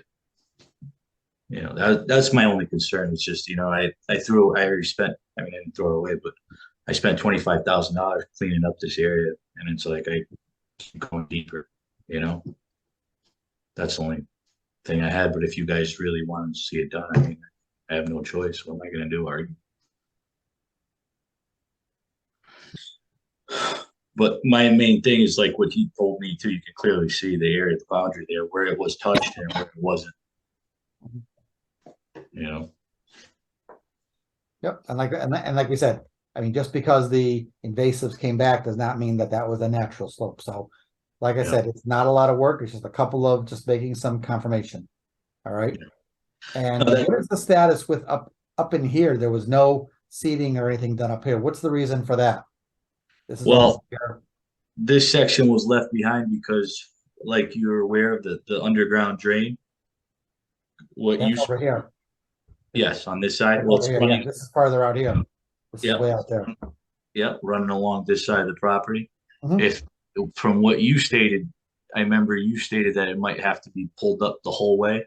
But I thought the state engineers that it would have to be pulled back about 30, 40 feet back. But you're saying the whole way back, that's a couple hundred feet. If it has to reset, I stopped. I figure why waste more money on things that might have to get ripped up again. Yeah, but that's a separate permit. You're gonna have to come back to the Yes, I wetland understand. that. section for that, so I'm not sure if this is something we're doing this winter.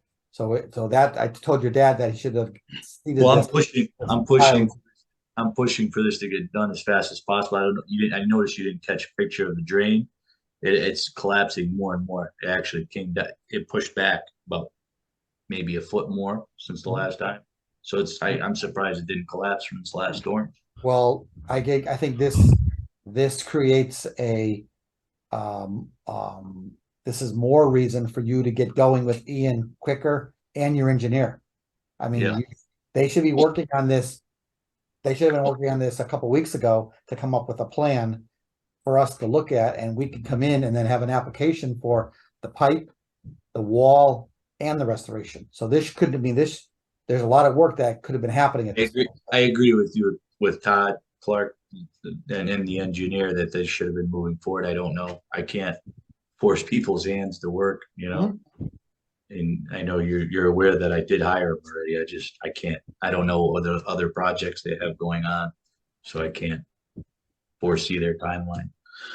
But the thing with Ian Cole is what I'd like to ask is if it's necessary for me to hire him again, because I thought that was the original reason I hired him and I paid him already. Now I feel like I have to repay him again. And it's like, you know, Well, other than the field work, we have not received the reports.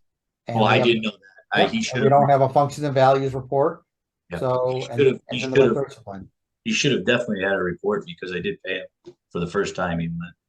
No, well, sometimes you pay for a delineation and not the report. So coordinate that with Ian, give him a call and Oh, I determine didn't know. what you paid for. So, Maybe you're right. I'm not sure.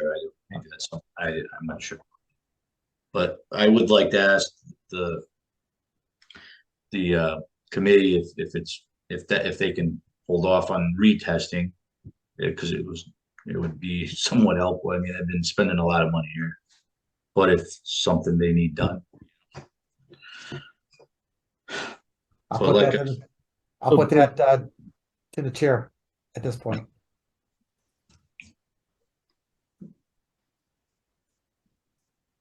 I'm not sure but like I said, if you can pass that along to them, what the land surveyor passed to me, it's in your emails. It shows the line, the areas and everything that was done. What is it? So far. It should be in your email. I sent it not too long when I just wanted to make sure you had it. I don't know if because like you said you haven't received anything from anybody, which is not good. Well, no, I mean, like I said, the reports, this is a, Yeah, that's the only this thing is I've a got. survey, which we have. You have that. Well, that's a newer one he did. I What's know the he difference? did. It looks like it's the same thing. It looks like it shows the wetlands, which we already had. I thought- Oh, you do have that. Okay. Yeah, I wasn't- yeah, we have this one. It's got the Okay. wetland flags on it and the upland review, so we have this already. Okay. I just wasn't sure if you had it. No. Figure we stay on the same page here. Mhm. What I have, you have. I think that was this plan here.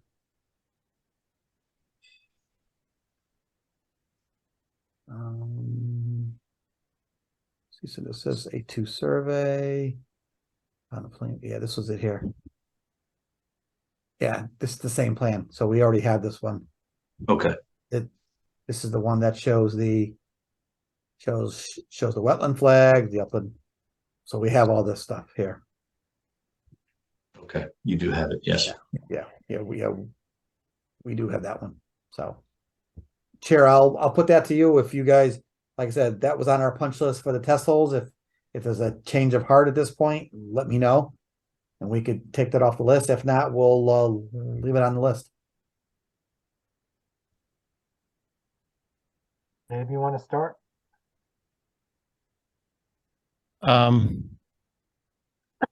Well, I guess I'm a little unclear as to whether the report that he gave us is going to give us when Ian gives us whatever this report is, more of that information as to whether we would need it or not.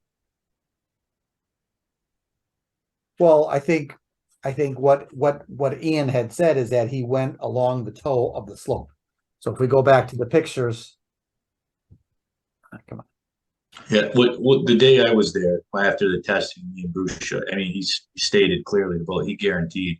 I remember he spoke to Bruce. He said he guaranteed that nothing was brought in here. He You can went see- along the slope with his spade bit and his hand spade. So I know that when we were discussing, there was the way the lot looked, there was concern that there's a lot of earth moved. So we weren't sure if this earth was moved down to here and then just sloughed off at the end. So we wanted some test pits back here to determine what that soil strata was, and was there fill that was dumped in there, and is there wetlands underneath it?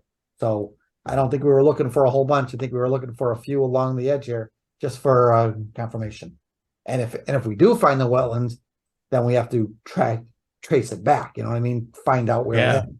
So that's kind of where our thinking was when we had initially looked at this.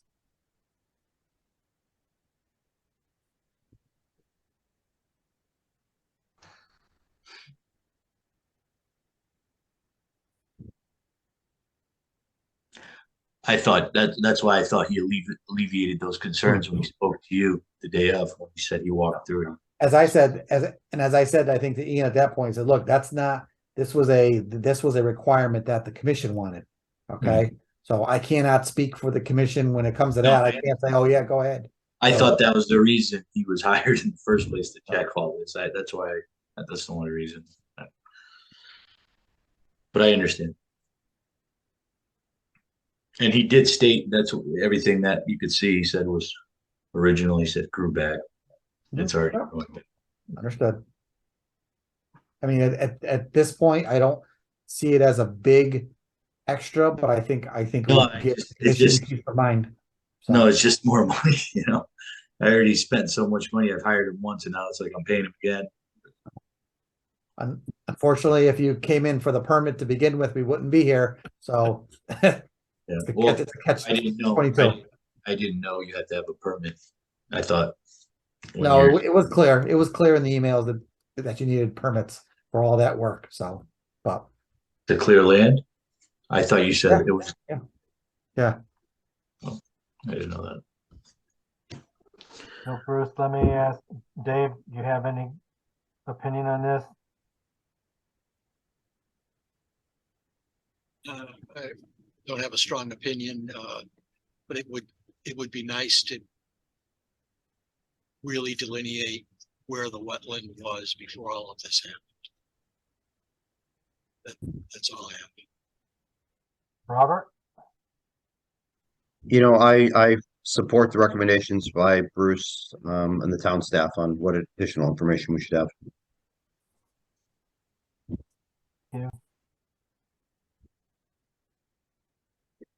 Did you call me, Bob? I did. Okay. So I didn't view the stuff that the punch list that we came up with at our last meeting in July as optional. And I don't see any reason to vary from that. I agree with Dave. Part of this was to identify where the original wetlands were, so that we could start taking the right remediation plan on this property, which was cleared and also not entirely owned by the applicant. So I think every item that Bruce went through on the list, I'm disappointed that we're sitting here in September, you know, some 5-6 weeks after our last meeting, and there are items outstanding, because part of the thing we were talking about was getting this restored before the winter.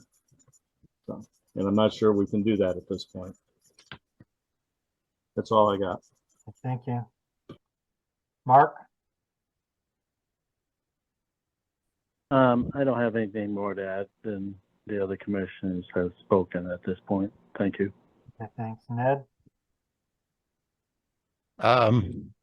Yeah, I think we should have the information to try and find out if we were, you know, where the original wetlands were. So Okay.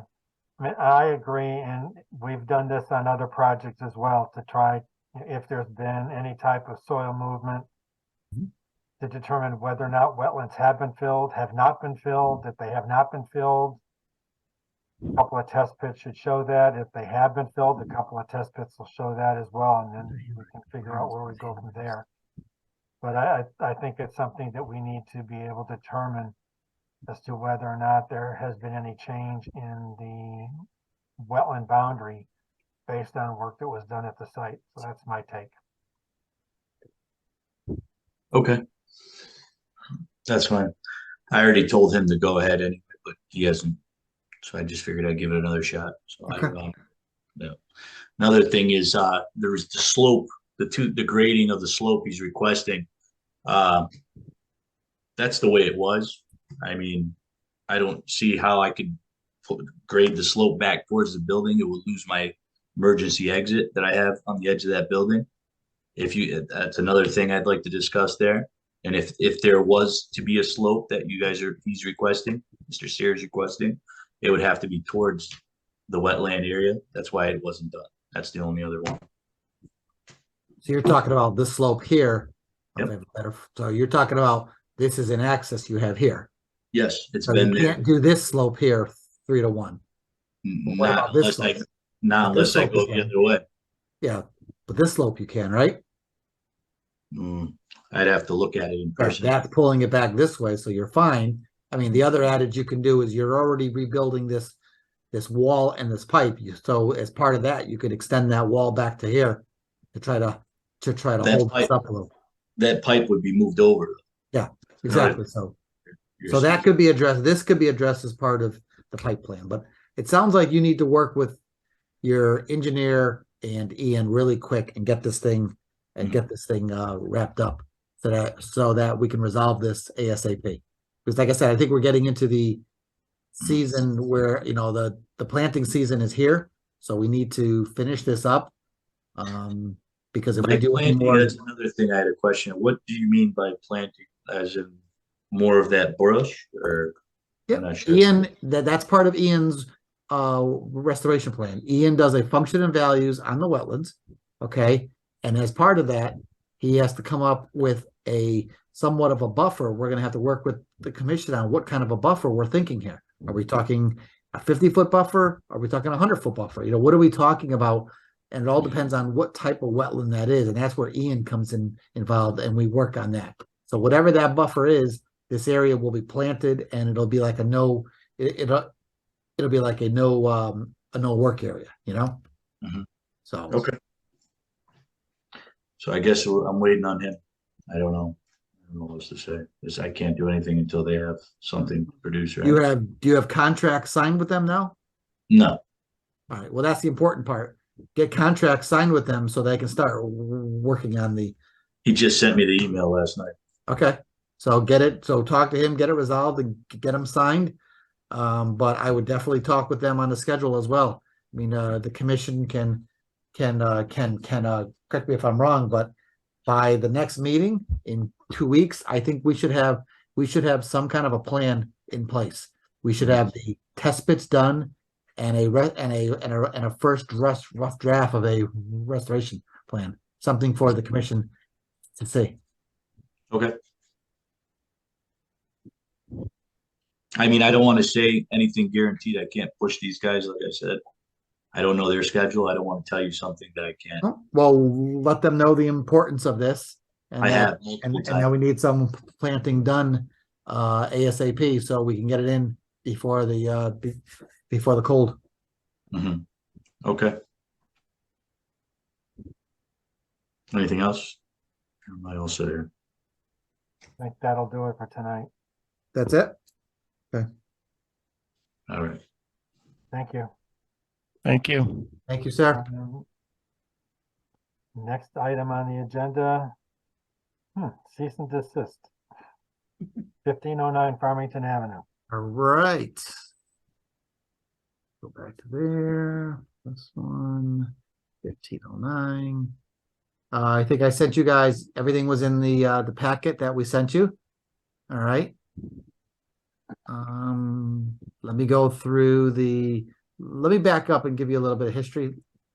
That'd probably be better first. New share. Let me show you the property first. You got the GIS on the map. Everyone can see that?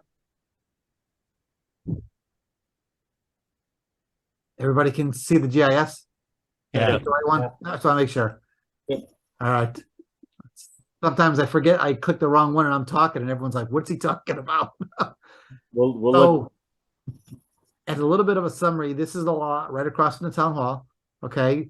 There was an existing house here that was knocked down, but this is a long access way. It's very steep down in here. Okay.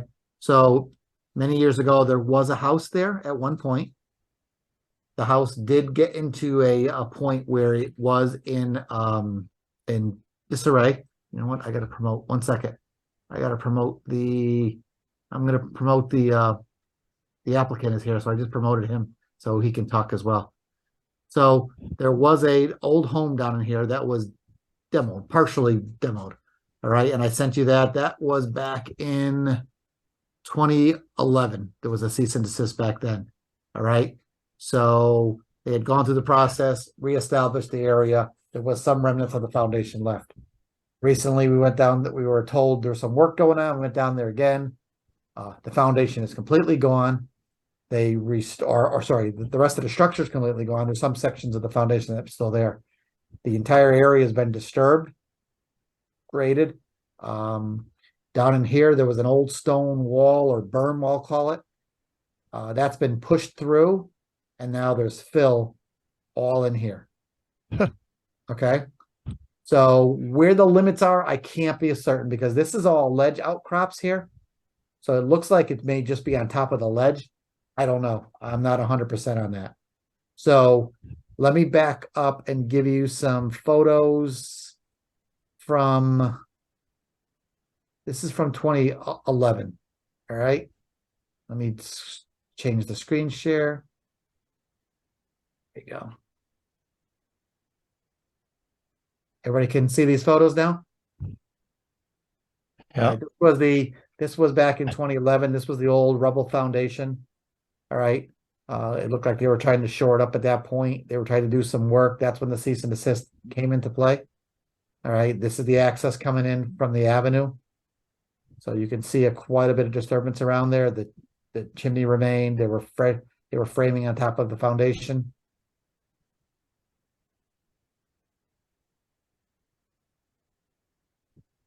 That was the old sewer pipe that was tied into the sewer trunk line. As part of that, we have a 30-inch trunk line that runs right behind that home. So we definitely have concerns with that as well. This was back in 2011 as well, where there was some material pushed out and some grading done.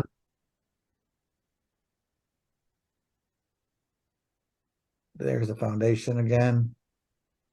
Broken sewer pipes.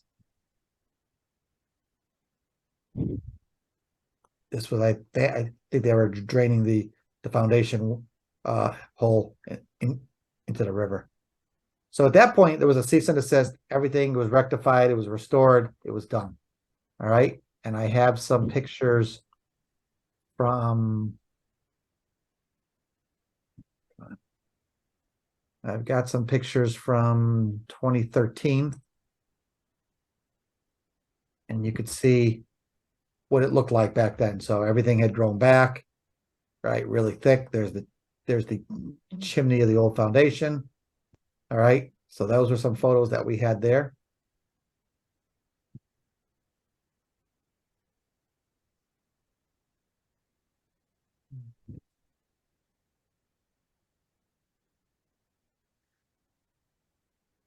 And now we have the pictures from when we first went out there on 8/25. Okay. Here's all the disturbance along here at the bottom. This is all down at the level down by the river. The foundation's over here. Okay, this is the foundation all was right here. That's the opening down into the river right there. These are just trails and that they use to drive around and access the site. This is the slope down from Farmington Avenue down the steep slope to the home. Is this, excuse me, is this the same property owner or Yep. someone? Yep. Yeah. Yep. It's the same owner. All right. So he's hauled some material down there. There's some remnants, I think, of the foundation. Here's where most of the foundation was. The chimney's gone. Here's a remnant of of the, I think of a foundation wall. There's the cut in there out to the avenue. I mean, out to the river. So there's a block there now. We had talked about putting some erosion control in there immediately to stop that.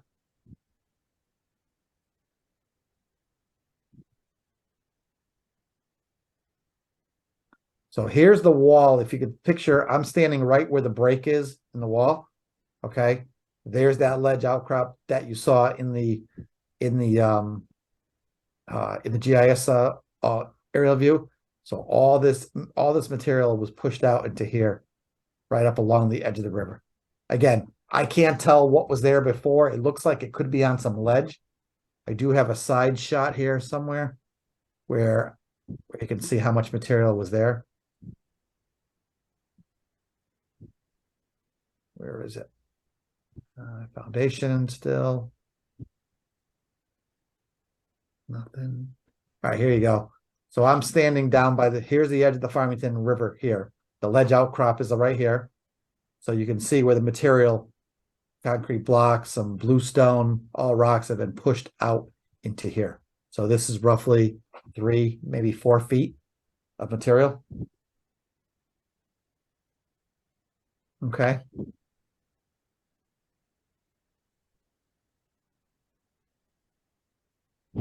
Same picture of the material in there. This is an old pool area or some odd. That's all. That material stays in there. Here it is again, back out to the avenue looking upstream. Okay, here's all the disturbance here. There's the ledge outcrop here. There's another ledge outcrop on here. So I'm not sure what it's on.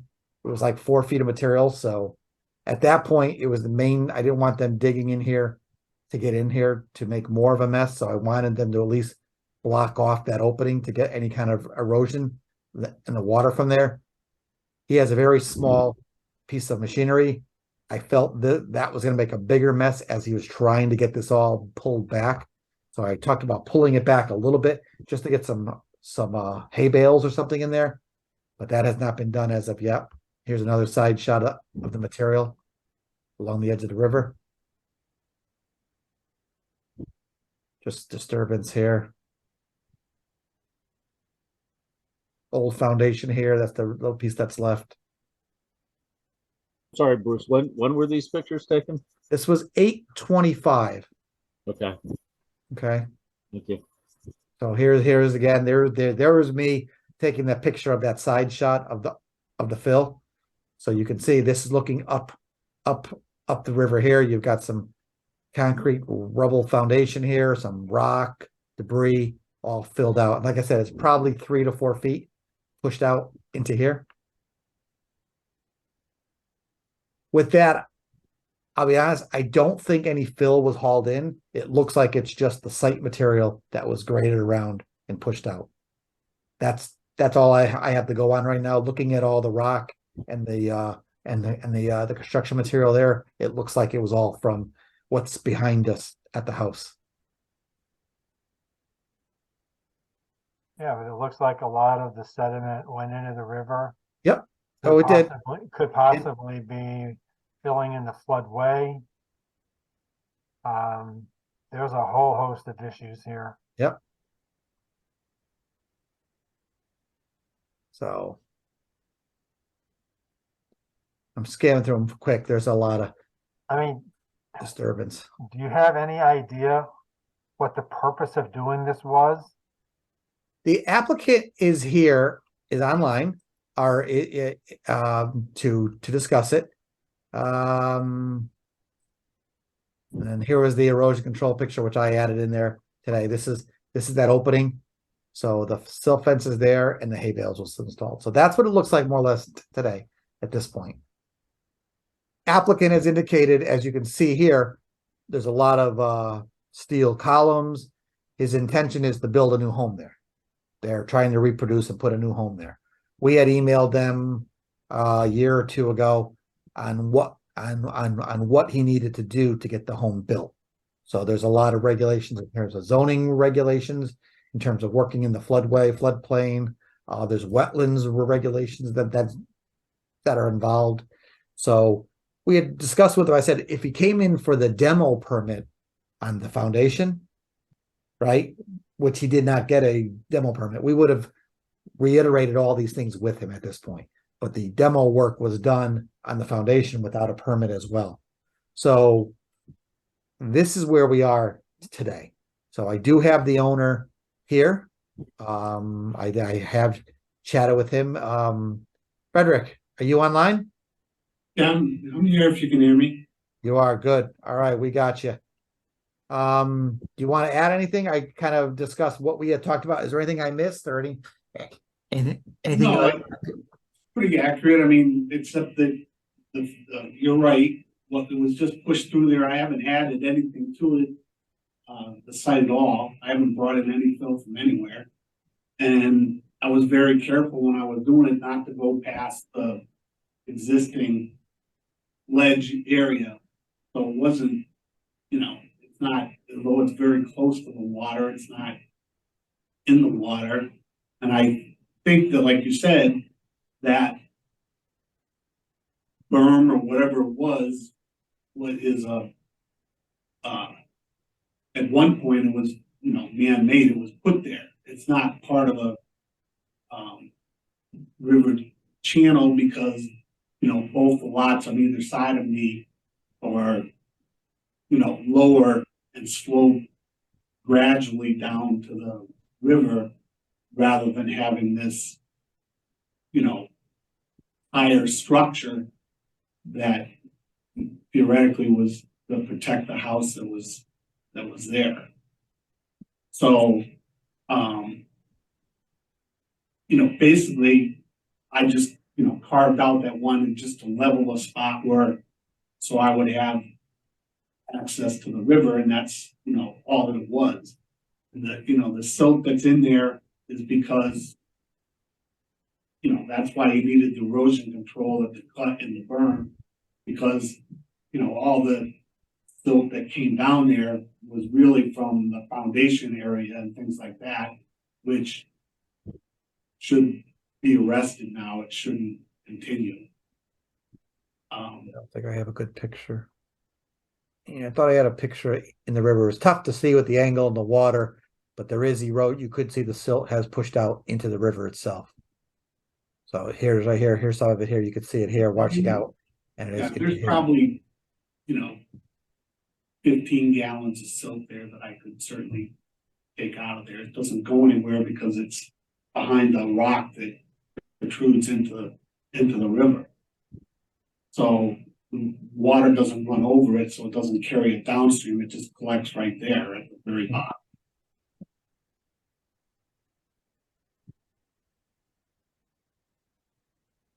So the immediate concern for the commission was to get that erosion control in at that opening to prevent all of that, the majority of that watershed from washing through that opening across this disturbed material out into the river. So that has been completed.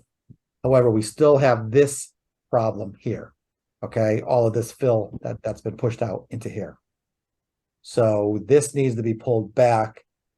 I mean, that's up to the commission what they want to see. I mean, I think the ultimately recommendation is to pull this all the way back to the other side of the wall where the foundation is. Get that back into there and get this area reestablished. I asked the applicant to start working with both a surveyor as well as a wetland scientist. Because I wanted to, because there was questions, he had questions regarding where the floodway was, where the 100-year flood elevation is. So that's all based on a survey, which we don't have any kind of really up-to-date survey on here. So I told him that was important to have for him, especially if he wants to rebuild a home in there. He's going to need that to come back to you guys for wetlands, as well as going back to planning and zoning for work in the in the floodplain. So, and then the other thing is getting this material out of here and coming up with some kind of a restoration plan. And I don't know what that would be. I mean, I'm not sure if this is all the ledge under here, if this is something we pull back and it all goes natural, or if there is some material under there where we could achieve some kind of plantings. So that's kind of why I had asked him to engage a wetland scientist at this point. Well, it may be more complicated than that, Bruce, because you may have to see if people that you're meeting on the 15th at 11 o'clock can stop by here on the way back. Because this is now part of a wild and scenic river. Agreed. Agreed. So And that's you may kind of, have deep involvement, you may have fisheries involvement, you may have National Park Service involved. So it may be a whole lot more complicated than just Yep. checking out where the floodway is, the floodplain, you know, things of that nature. So this is not going to be an easy fix. Like I said, the material that was pushed through, you can tell from looking at the sides of where the things were, that those rocks and, you know, some organic dirt or whatever isn't part of a ledge. It's, you know, it was put there at some point prior to. So, you know, my thought was always that that whole wall or whatever is a, you know, you know, it's not part of a waterway. It was a wall that was built probably in the 1930s when the house was built. So basically, you know, what I was just doing was just rearranging the, you know, the wall that's there rather than adding fill to the waterway, because it's, again, it's on the ledge. What grows there is there's pachysandra or ivy that will grow over that, and some, you know, and there are some, you can see there's little trees that grow there. They find a way.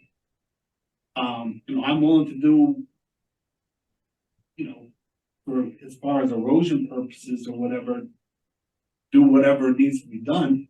But I would like to have an area that's, you know, that sits by the river, that's, you know, 2 or 3 or 4 feet, you know, just for deck chairs or something. That was always my intent.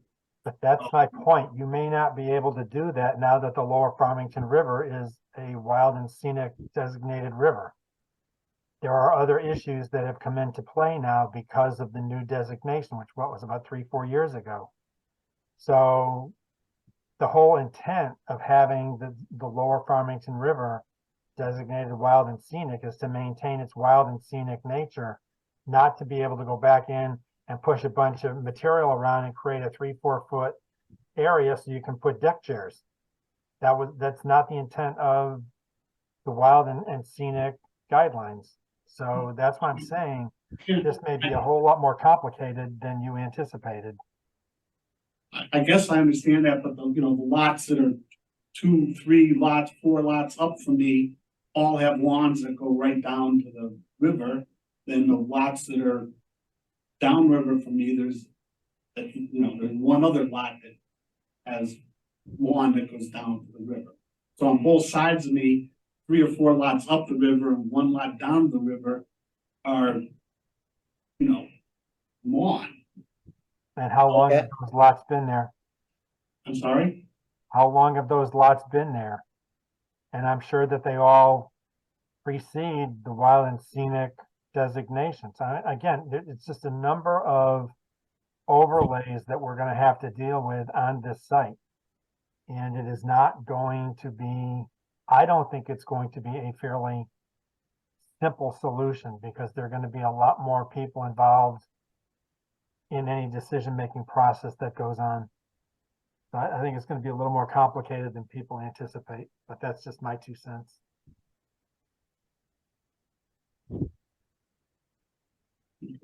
Well, can someone direct me, you know, because I have the, you know, the one letter that Bruce gave me, you know, that has the things on there, you know, and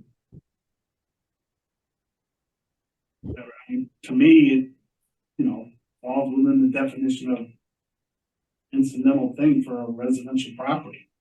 But, you know, so what I don't have is whatever other overlays you're speaking of, so that I can, refer to, what the actual regulations are, to see what I need to do with it. I'm, like I said, I understand that you don't need stuff, but it's what's in there is 95% rock. There is, soil mixed in with it to stabilize the rock. I think after probably one growing season, it would fill in with the same ivy or this, Pachysandra, or, whatever is there, or I could, put in, some kind of plantings that'll hold on there. I'm just looking for directions to, what might I be able to do so that I can, have an area that will comply with, the erosion control concerns or whatever they are, versus, what the wild and scenic part of it becomes, because that, I don't know what that involves, and I don't know what that means, because that section of where I am, bordered on both sides of me, is not wild and scenic. So I mean, so people are still cutting their grass down there. They're still doing it. So I mean, I don't understand why mine would be different than the existing area all along there. But if it is, it is. Again, I'll plant stuff in there. I'll do whatever. Timing is everything. There's now a lot more eyes out there looking at the river nowadays. So that's where some of the issue comes in. Had this been done 60, 70 years ago, it probably, may not even be an issue, because I'm sure that a lot of the houses that are there, the work was done even prior to that. It's been stable, the lawns have been stabilized for a long time. This is all relatively new, and it falls under a number of different jurisdictions. So I just think it's going to be a little more complicated to try to work this out. I mean, we don't know if there was any fill or sediment that got washed into the floodway, which is a no-no. We don't know if you filled floodplain. I mean, we don't have any details whatsoever on this site, and that's kind of what we need to get. We need to get some baseline information to figure out where we go from here. Robert, you got your hand up? Go ahead. I do. And I think, Mr. Cornelius, based on the indifference and the ignorance that you discussed with us tonight, I think the recommendation is you need to hire a qualified environmental professional that can help you get out of the problem that you've created. We understand what you want to do. You want to develop a riverfront lot, but there is a regulation and there is a process and a way to go through it. And what you've told us tonight is that you don't care about any of that. You just want to do what you want to do. Right now, the site is a mess. It creates a significant hazard for the river. You need to get yourself a qualified environmental professional that can help you guide your way out of the mess you've created. I don't think I said anything that resembled that I wasn't going to do what you asked me to do, or that I was going to do whatever I wanted to do. I don't think I said anything like that.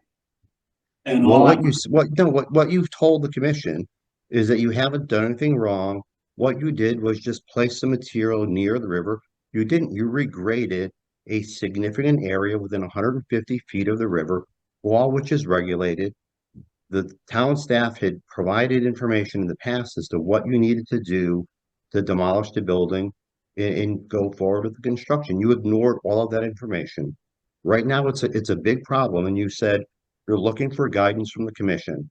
I think that guidance is you need to retain a qualified environmental professional that can help guide you through the process. That's the end of my comments, Mr. Chairman. Thank you.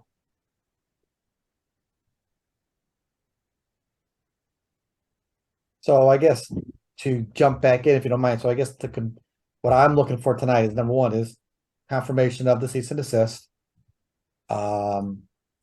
2 is confirmation of how we think we should proceed with this.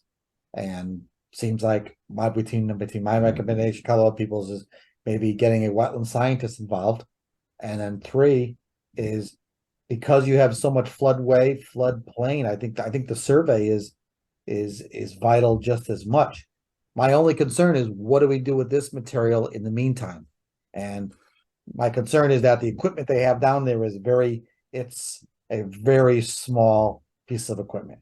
And I'm afraid that we may damage more trying to pull this out of there and rectify it rather than leaving it stable at this point. And that's kind of where I'm tossed at this point. He's been doing all the work himself. So it's not like it's a professional in there that'll have that done in an hour. You know what I mean? Yeah, the problem, Bruce, though, is it looks like there's a lot of loose material, and the next time it rains, it's all going to wash away. And we're also faced with the worst time of year because the restoration work that is going to need to take place, what's the growing season? Another 4 to 6 weeks? Yep. Whatever additional work is done, trying to get it stabilized for the winter is going to be a challenge. Because if it stays the way it is, it's all going to wash away. And maybe we have the soil scientist get him on board ASAP and have him out there monitoring him pulling that material back and getting it all in there. Because at this point, we don't have the staff to sit there for hours, watch, as he's doing this work, making sure he's not putting any material in the river or he's not in the river pushing the material out. You know what I mean? So maybe that's an option at this point. So having a soil scientist ASAP meeting out on the property with staff immediately and getting a plan to move forward to temporarily stabilize the site while he can work his permitting questions. Yeah, but also involved in that, though, is also going to be trying to figure out where the floodway is. Mhm. Has anything gone into the floodway?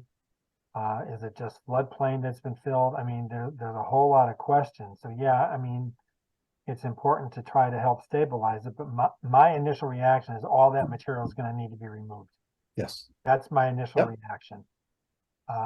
Because I do think that some of the material has actually moved into the floodway.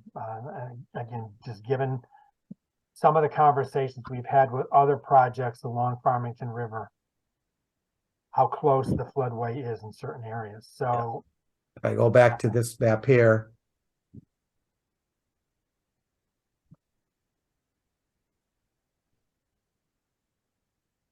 come on, there we go.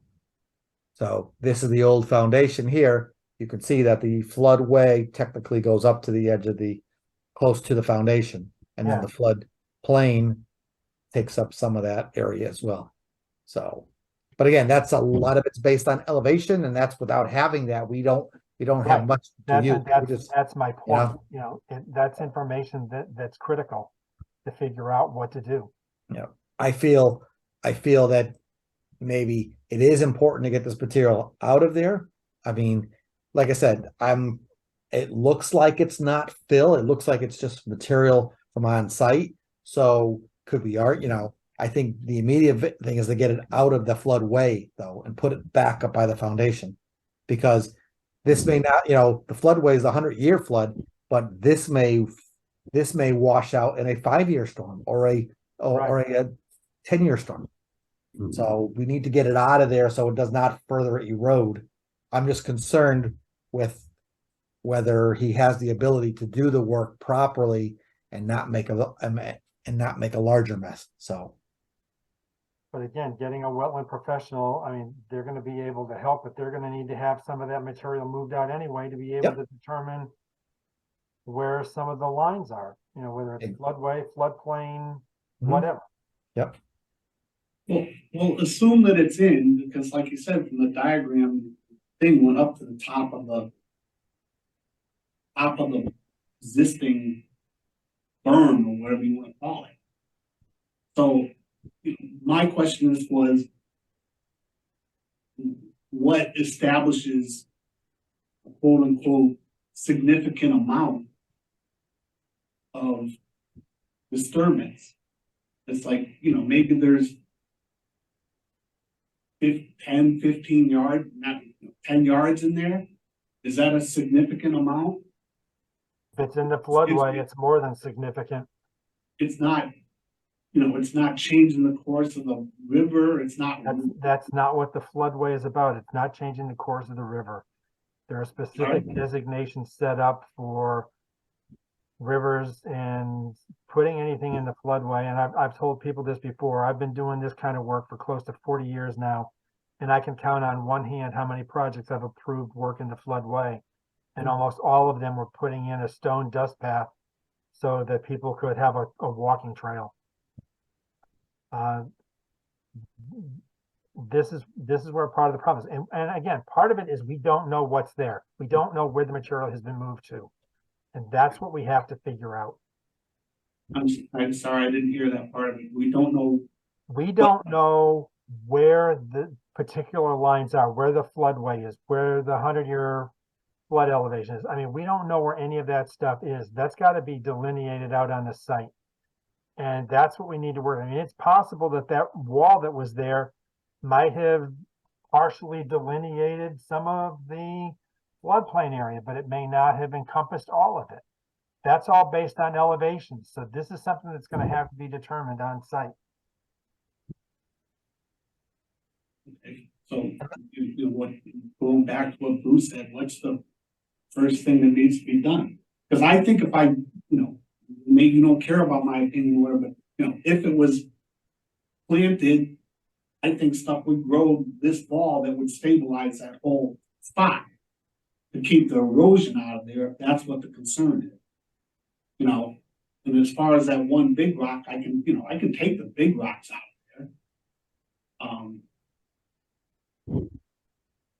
there. But they are on the ledge. I'm certain whoever I have come out there and say, what's on there, it's on the ledge. It's like that rock is through there is the ledge. It's like the rocks that are upstream are ledge. It's, it's on the ledge. Yeah, Frederick, at this point, like I said, I've tried to explain this to you really carefully, and I tried to explain to you how important this is and how concerning this is going to be with the commission.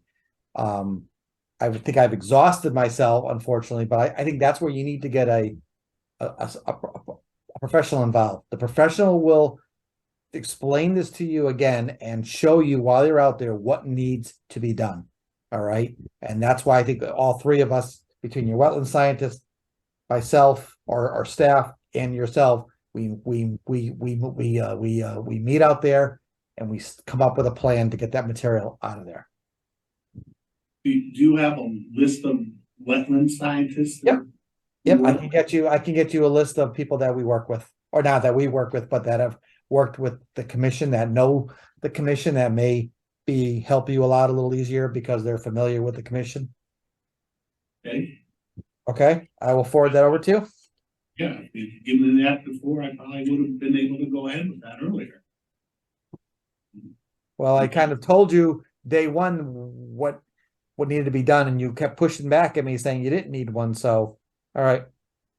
No, I said I thought there wasn't any wetlands on there, and I still don't think there's any wetlands on there. All right. Just for what it's worth, it's time to start listening to town staff and the commission. Because if you don't, it's only going to get worse. If he had a specific recommendation for what I need to do, I would understand and I would do it. But, he's talking about a wetlands, and this is the first I've heard about it. It's like, he said in the letter, it says there might be wetlands, and it's like, okay, there might be, but I don't think there is. I'm not saying I'm not going to do anything, but. What we told you tonight is to hire an expert and work with town staff. I'm more than willing to do that. I'm not sure why, an expert is necessary if the town staff. Because that's the only way we're going to get the answers that we need to figure out a path forward. Mr. Cornelius, when I use the terms indifference and ignorance, those are harsh terms. And I use those terms because that was all I heard. There's a difference of your view in the regulatory requirements. Like our chairman said, he's been doing this for 40 years. I've been doing this for 40 years. Based on tonight's meeting, there is no doubt in my mind, you are not capable of correcting the problem you have created. You need to hire a qualified environmental professional that will guide you through the process, and you're not going to like what he has to say. You've created a significant problem. You need professional guidance to get it corrected. Was that clear enough for you? Is Bruce not a professional guidance? His job is not to do your engineering work. His job is to provide guidance to this commission. You have a problem, it's your responsibility to create it, to fix it.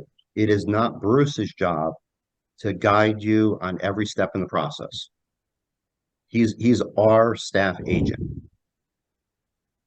And I'm not a certified wetland scientist, so I don't have the certification to do any of that work. And that's why you have to hire a professional.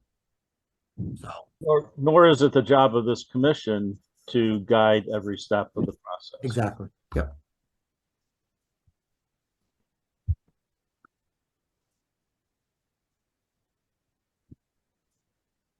So But, Bruce, but I can't comply with something when I don't know what it is. because we don't know what the solutions are yet. That's why we need to have you hire a professional that can help answer some of these questions. If We Bruce, cannot answer them because we don't have the data. I That's did- why you need a professional to help you through this process, to give you an idea of what it is that you're gonna have to do to fix this site. did mention to Bruce, and I spoke to the guys at Hodges, and what he explained to me is his understanding was, as long as you took as much out as you put in, and you were just rearranging, that was okay. It is not. That is an incorrect assumption on your part and his part. All right, that, he didn't know for certain, but that's what he thought. If Bruce sends me a list of, wetlands people, I'll contact one of them. That's where I was trying to go. So Bruce, can you please forward a copy I will. And I tomorrow? told him too that he could work. I told him too that he's talking to Hodge. It says Hodge has wetland scientists that they work with, so you can definitely work with them as well. He has a That's list. correct. So Okay, well, I spoke to them last week, at the end of last week. So, by now they may have an update for me. I haven't, he told me it certainly wouldn't be, nothing would be ready by today. But, maybe they, some progress along there, so he has a better idea of what's involved, and I'll get an update from them tomorrow. Okay, but Bruce, I'm still gonna ask you to send out the list. yes, I will. Yep. Thank you. Okay, I don't think we're really gonna get anything else accomplished right No. now, so I think this is probably a good place to stop, where he'll Okay. get to this tomorrow and he can talk to the company he was talking to, or pick somebody else off the list, and that's a good place to start. Yep. But it needs to get taken care of immediately. Okay. All right, All right. Next items. Planners report. Okay.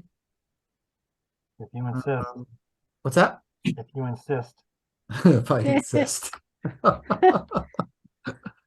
Oh, I knew this meeting was going to be a long one on the way back. First one back is always the first, Quick thing on winding trails. I have Scott Brown here in case anyone has any questions, but they're looking to do some improvements and with a new concession stand. Okay, as part of that, there's some existing utilities off of a shed here. Okay. Proposed plan shows a new concession stand here. Okay. With new utilities coming off of here. All right.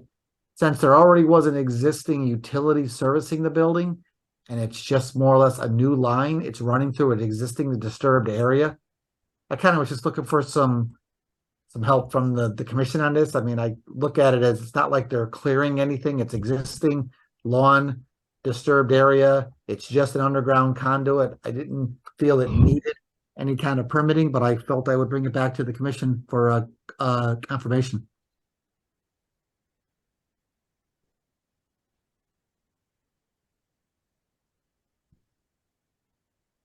Are they running the conduit through the new lines through the existing conduit? No, if you look, oh, I just had it here. Oh, here's the new line, okay? Yeah. There's the old line. It ran around Okay. this. So, What are they doing with the old line? Scott? Abandoning in place, or are they removing it? Well, the new line is just a more direct route and will be uprooted when this new pavilion goes in. So, we could do whatever you prefer. It could just be abandoned. Or I if was you just wanted asking what the plan was. yeah. Don't put that one on me. I wish my civil engineer was on. He's on vacation, so I apologize for my ignorance in filling in here. We were again, that's a water line that goes to that building, and just one electrical that's serving our lifeguard shed. So I would think we just remove it. Is the intention to keep the existing building while you build a new building? That pavilion will need to come down. It'll come down after our fall programming. So again, that's the first, all right, so yeah, so, I mean, I guess it doesn't matter, you could abandon it in place, or, I mean, there's really no need to go back and rip it all up and disturb more if you don't have to, you know? But True. Yes, we can. It's buried down, and again, that's a water line that gets drained with everything else when we close that stuff down at the end of October. Yeah, the only concern I have with that, Bruce, is, leaving it abandoned in place, is that they've come back to us for a bunch of work, and I think that could create a problem if it wasn't removed. I mean, that's just my take on it. Simply because, I mean, they've come back and they've been doing a lot of good work out there and a lot of upgrades. Why have another impediment that you may have to deal with later? Okay.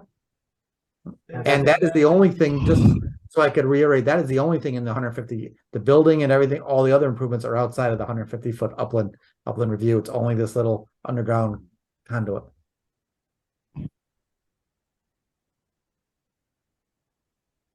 Certainly do that. So all the construction's out of the 150 year, I mean, the 150-foot setback area? Yep, the only thing is this is the electrical, yeah, two 1-inch conduits. One of them, so there's a water service. There's going to be a water service, and there's going to be two conduits. One of them's for power, and the other one's for a future spare. So there'll be 3 lines technically in there. I mean, I don't think I have a problem with the work. I would just prefer to see that the old line taken out so that it doesn't cause a problem in the future. That's kind of where I'm coming from, but I don't really have a problem with this as it's laid out. I don't know about anybody else. I'm fine with it. How deep is the conduit? That conduit's only down about 18 inches. Okay. And I want to just thank you for the record for coming to the commission before you started. Yeah, I give you guys some credit, boy. Yeah. I got my whole board report written while I listened to all that. Yeah, I saw you sitting for the last almost 3 hours. Yeah, no, I got a lot of work done. When you came on, so thank you.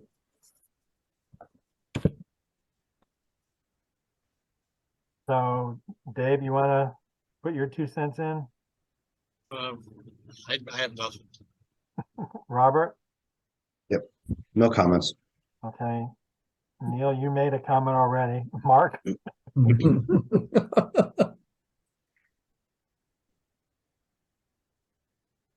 You still there, Mark?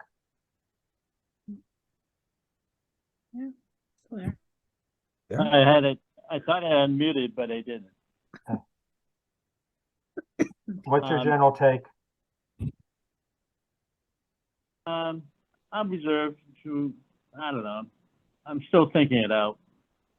And Ned? But I tell you this, what he's done down there. It is interesting. Hopefully he gets help and gets a better view of what the whole process has to be completed before he's out of the woods, you know, and cleaning up the area. I don't believe the gentleman understands thoroughly at this present time. Mark, I think we had moved on to Scott Brown from Winding Trails.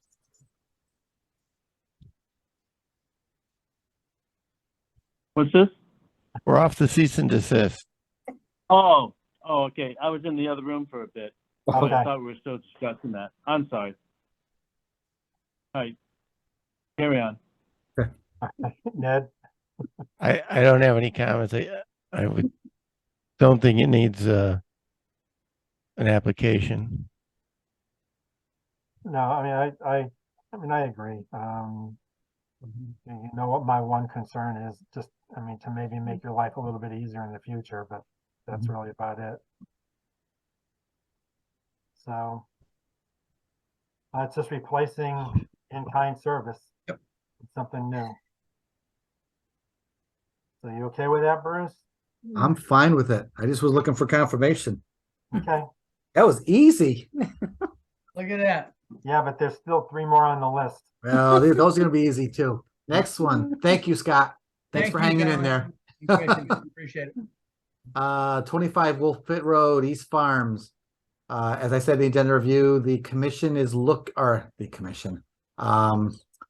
school's looking to restart its a wetland science program for the outdoor stuff. They used to have a program with this, sorry, I'm trying to do 2 things at once here. Where they used to have this little stone dust trail and the pond with the docks and stuff, and they used to have a science program that they would take care of all this stuff. That has gone away, so they are actually working with Winding Trails to try to bring it back.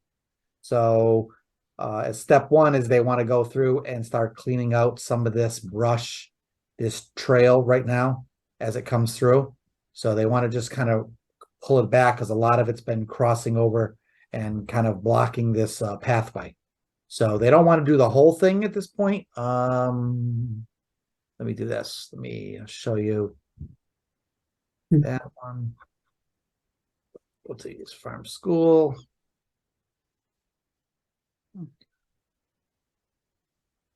I'll find it. There we go. So right now there's a dock here and there's like a dock over here, I think. So they just want to pretty much stay over here right now. I guess from what I'm hearing, the trail used to go around most of the pond, but this is so overgrown and that I don't think that is nothing light. This would be a heavy equipment, heavy machinery to get through here again and cut this open. But so right now they just want to maintain this existing area. There was a Boy Scout project you guys approved some time ago for a kiosk over there. That's actually all overgrown now. So it's just going through this whole area, just touching it up and opening it back up again. So for phase 1, then they'll go to phase 2, and then I guess they'll talk about bringing back the program with the school and come back to you guys if there's any further improvements. So that's more of an Are they talking about putting a new dock into the water? unknown at this point. I went out there, it seemed pretty stable. I don't know if we could put 25 kids on it though, you know. But yeah, the docks are not part of this phase. I mean, they just want to get the trail open so they can walk through there again, and then they'll start looking at the docks, and then they'll start looking at what kind of program that they want to do, and anything in the future they'll come back. This was more or less just an FYI to let you guys know what was going on. So I mean, I don't have an issue with the trail, but if they're going to start doing work in the wetlands itself, I mean, I think they'd need to come in and have some. definitely, yeah, they're not even geared up to do any of that work at this point. This is just hey, Winding Trails, can you help us? And one of their I think it's one of their teachers or educators at the Winding Trails is helping them get this thing restarted. So My kids used to feed the ducks over there off of that dock. oh yeah, Yep. Yeah, I was trying to find out, we're trying to find out My the whole, mother and stepfather, so yeah, Yeah. I spent a lot of time over there. It's a really a great place. oh, it's quiet. Yeah. I've never, I was the first time I was back there, and all the years I've been here, I went back there, I'm like, it really separates you from the school, the roads, the highway, you don't hear anything back there. Yeah, we used to play there as kids. Where is it? Is it behind that pump house or? Oh, East Farm School, so you got Farm school. Irving Robbins here, East Farm's across the street. I'm come- looking at a picture of somebody walking on the path. I'm not Yep. sure. Huh? Where is this We're path? Stuck on an old picture, Bruce. Like, oh, that's what I thought I asked if I got, so it's someone not on there. No, you're not on there. Oh, God. Didn't I say that? I'm changing this back to screen. How's that? Here we go. Wow. Okay. All right, thank you. I see it now. Okay, so Irving Robbins is here, East Farms is here. So you come in the driveway of East Farms, and there's a set of stairs and a ramp down to the back here. And I guess from what I'm told is it used to go further around, but right now you only have this with a dock here and a dock here. So No, I'm all for school programs. I think there's one up in Avon off the bike trail behind the police station. Yep. It has a kiosk and some stuff that the kids maintain and projects and stuff. That's great to get them involved at that age. perfect. I agree All with right. you. Any updates or any other questions? No, I think if they're talking about just trying to clear up the trail so they can start figuring out what's out there, I don't have a Yep. problem with it. Doesn't sound like Exactly. anybody else does either. So No. I'll go back to the pictures. So, okay. 69 Forest Hills, just a quick update. I updated you guys back in July on this. So the easement has been filed. The conservation easement and map have been filed. And I had issued a release of that. So we got one off the board, guys. And we got two on. So, all right. 9 Apple Tree. I think Byron is still here. Is he still hanging on? I was out there this morning. I sent you guys some pictures. Yep, still Here we go. hand raised. So these are some pictures from this morning. The swale has been mowed, cut. Erosion control is gone. I think it may have rotted out. There were some hay bales in there before. They have started some earthwork back here, which is the part of that restoration area of the wetland. There is no silt fence or no silt sock installed. So I had put a call into Byron. I asked him to be here tonight because he is behind schedule. They were supposed to do this late July when George was going to be away. There was some problems. Then after that, Byron was out of the country. Now Byron's back. So Byron, are you there? Let me get you in here. Oh. Byron, are you there? Yes. Here you go. All right. right. Just looking forward to update the commission on where we stand and where we are going forward here. They're planning the stuff tomorrow, the plans tomorrow, because George talked to the company that I hired, Taino Service. He talked with the guy. He explained to him. He gave him the map and everything. We bought the plans that were on the list.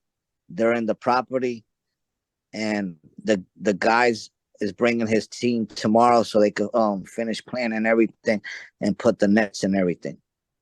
All right. So the plans are on site somewhere? Yes. Yes. I didn't see them. I didn't know where you had them stashed. I couldn't, Yes, So- they're on the property.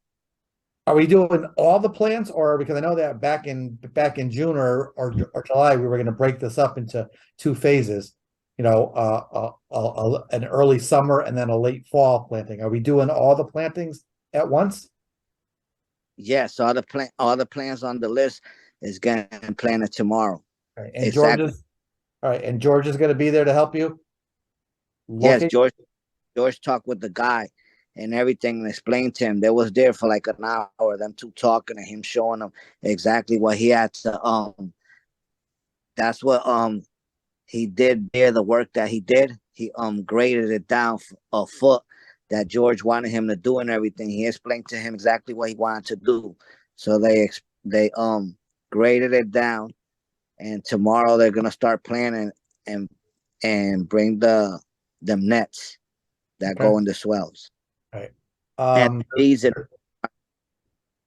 there's no erosion control out there. I think George's plan called for some straw wattle along the whole top of that berm here. So none of that was installed. Did you guys actually discuss that? That gets installed tomorrow. That's the net with the hay on it.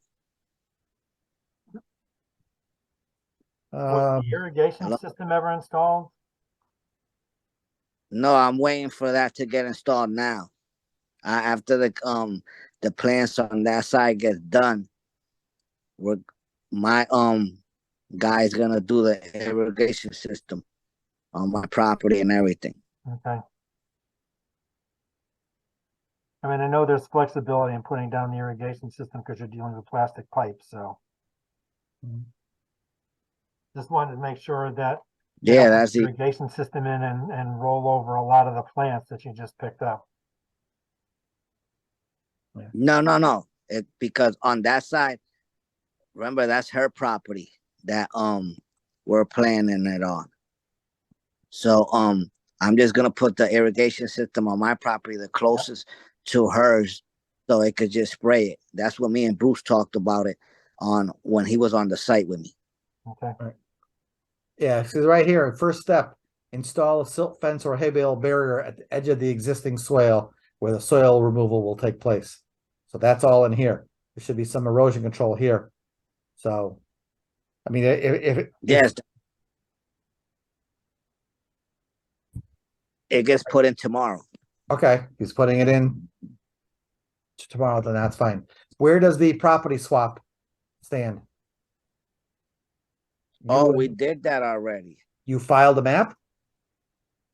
Yes, we filed the map. The lawyer is waiting for it to get approved, he told me.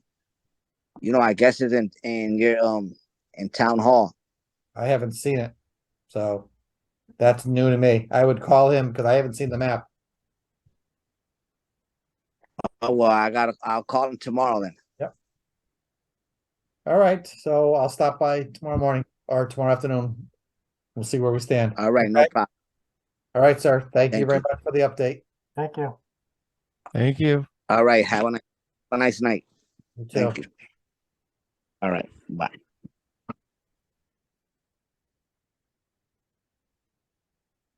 Are you done?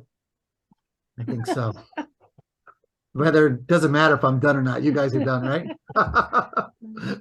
Been a long night. I mean, you still have some commission members that can grab forks, So next up is, can I get a motion to approve the minutes of July 26th, 2023 wetlands meeting? I'm sorry, I wasn't quick enough on unmuting myself. Wasn't there one other restoration that we were working on? Mizzy down on Farmington Avenue. That one's done. We're going back. I have to. I'm away next week, and I have it on my schedule to set up a meeting with them after I get back. Okay. All right. Thank you. If that's the one you're thinking of, the one down by the Farmington River, the Mizzy property. Yeah. That one was done. We just have to go back and do one last look at it, see how things are coming out. Okay, great. Thank you. Okay, so can I get a motion to approve the minutes of July 26th, 2023 inland wetlands meeting?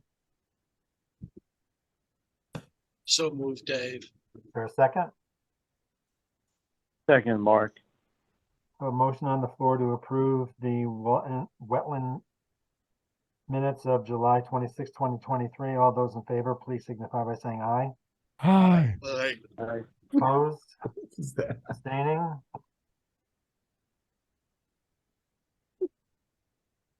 So I've got 10:04 as the time. And I'm not sure that I'm finding, oh, there it is. So we'll call the Conservation Commission meeting to order. Bruce, you have anything for plans report? Nope, I'm good there, sir. All right, so can I get a motion to approve the July 26, 2023 Conservation Commission minutes? So moved, Ned. Is there a second? Able second. A motion on the floor to approve the Conservation Commission minutes of July 26, 2023. All those in favor, please signify by saying aye. Aye. Aye. Aye. I think it's time to adjourn.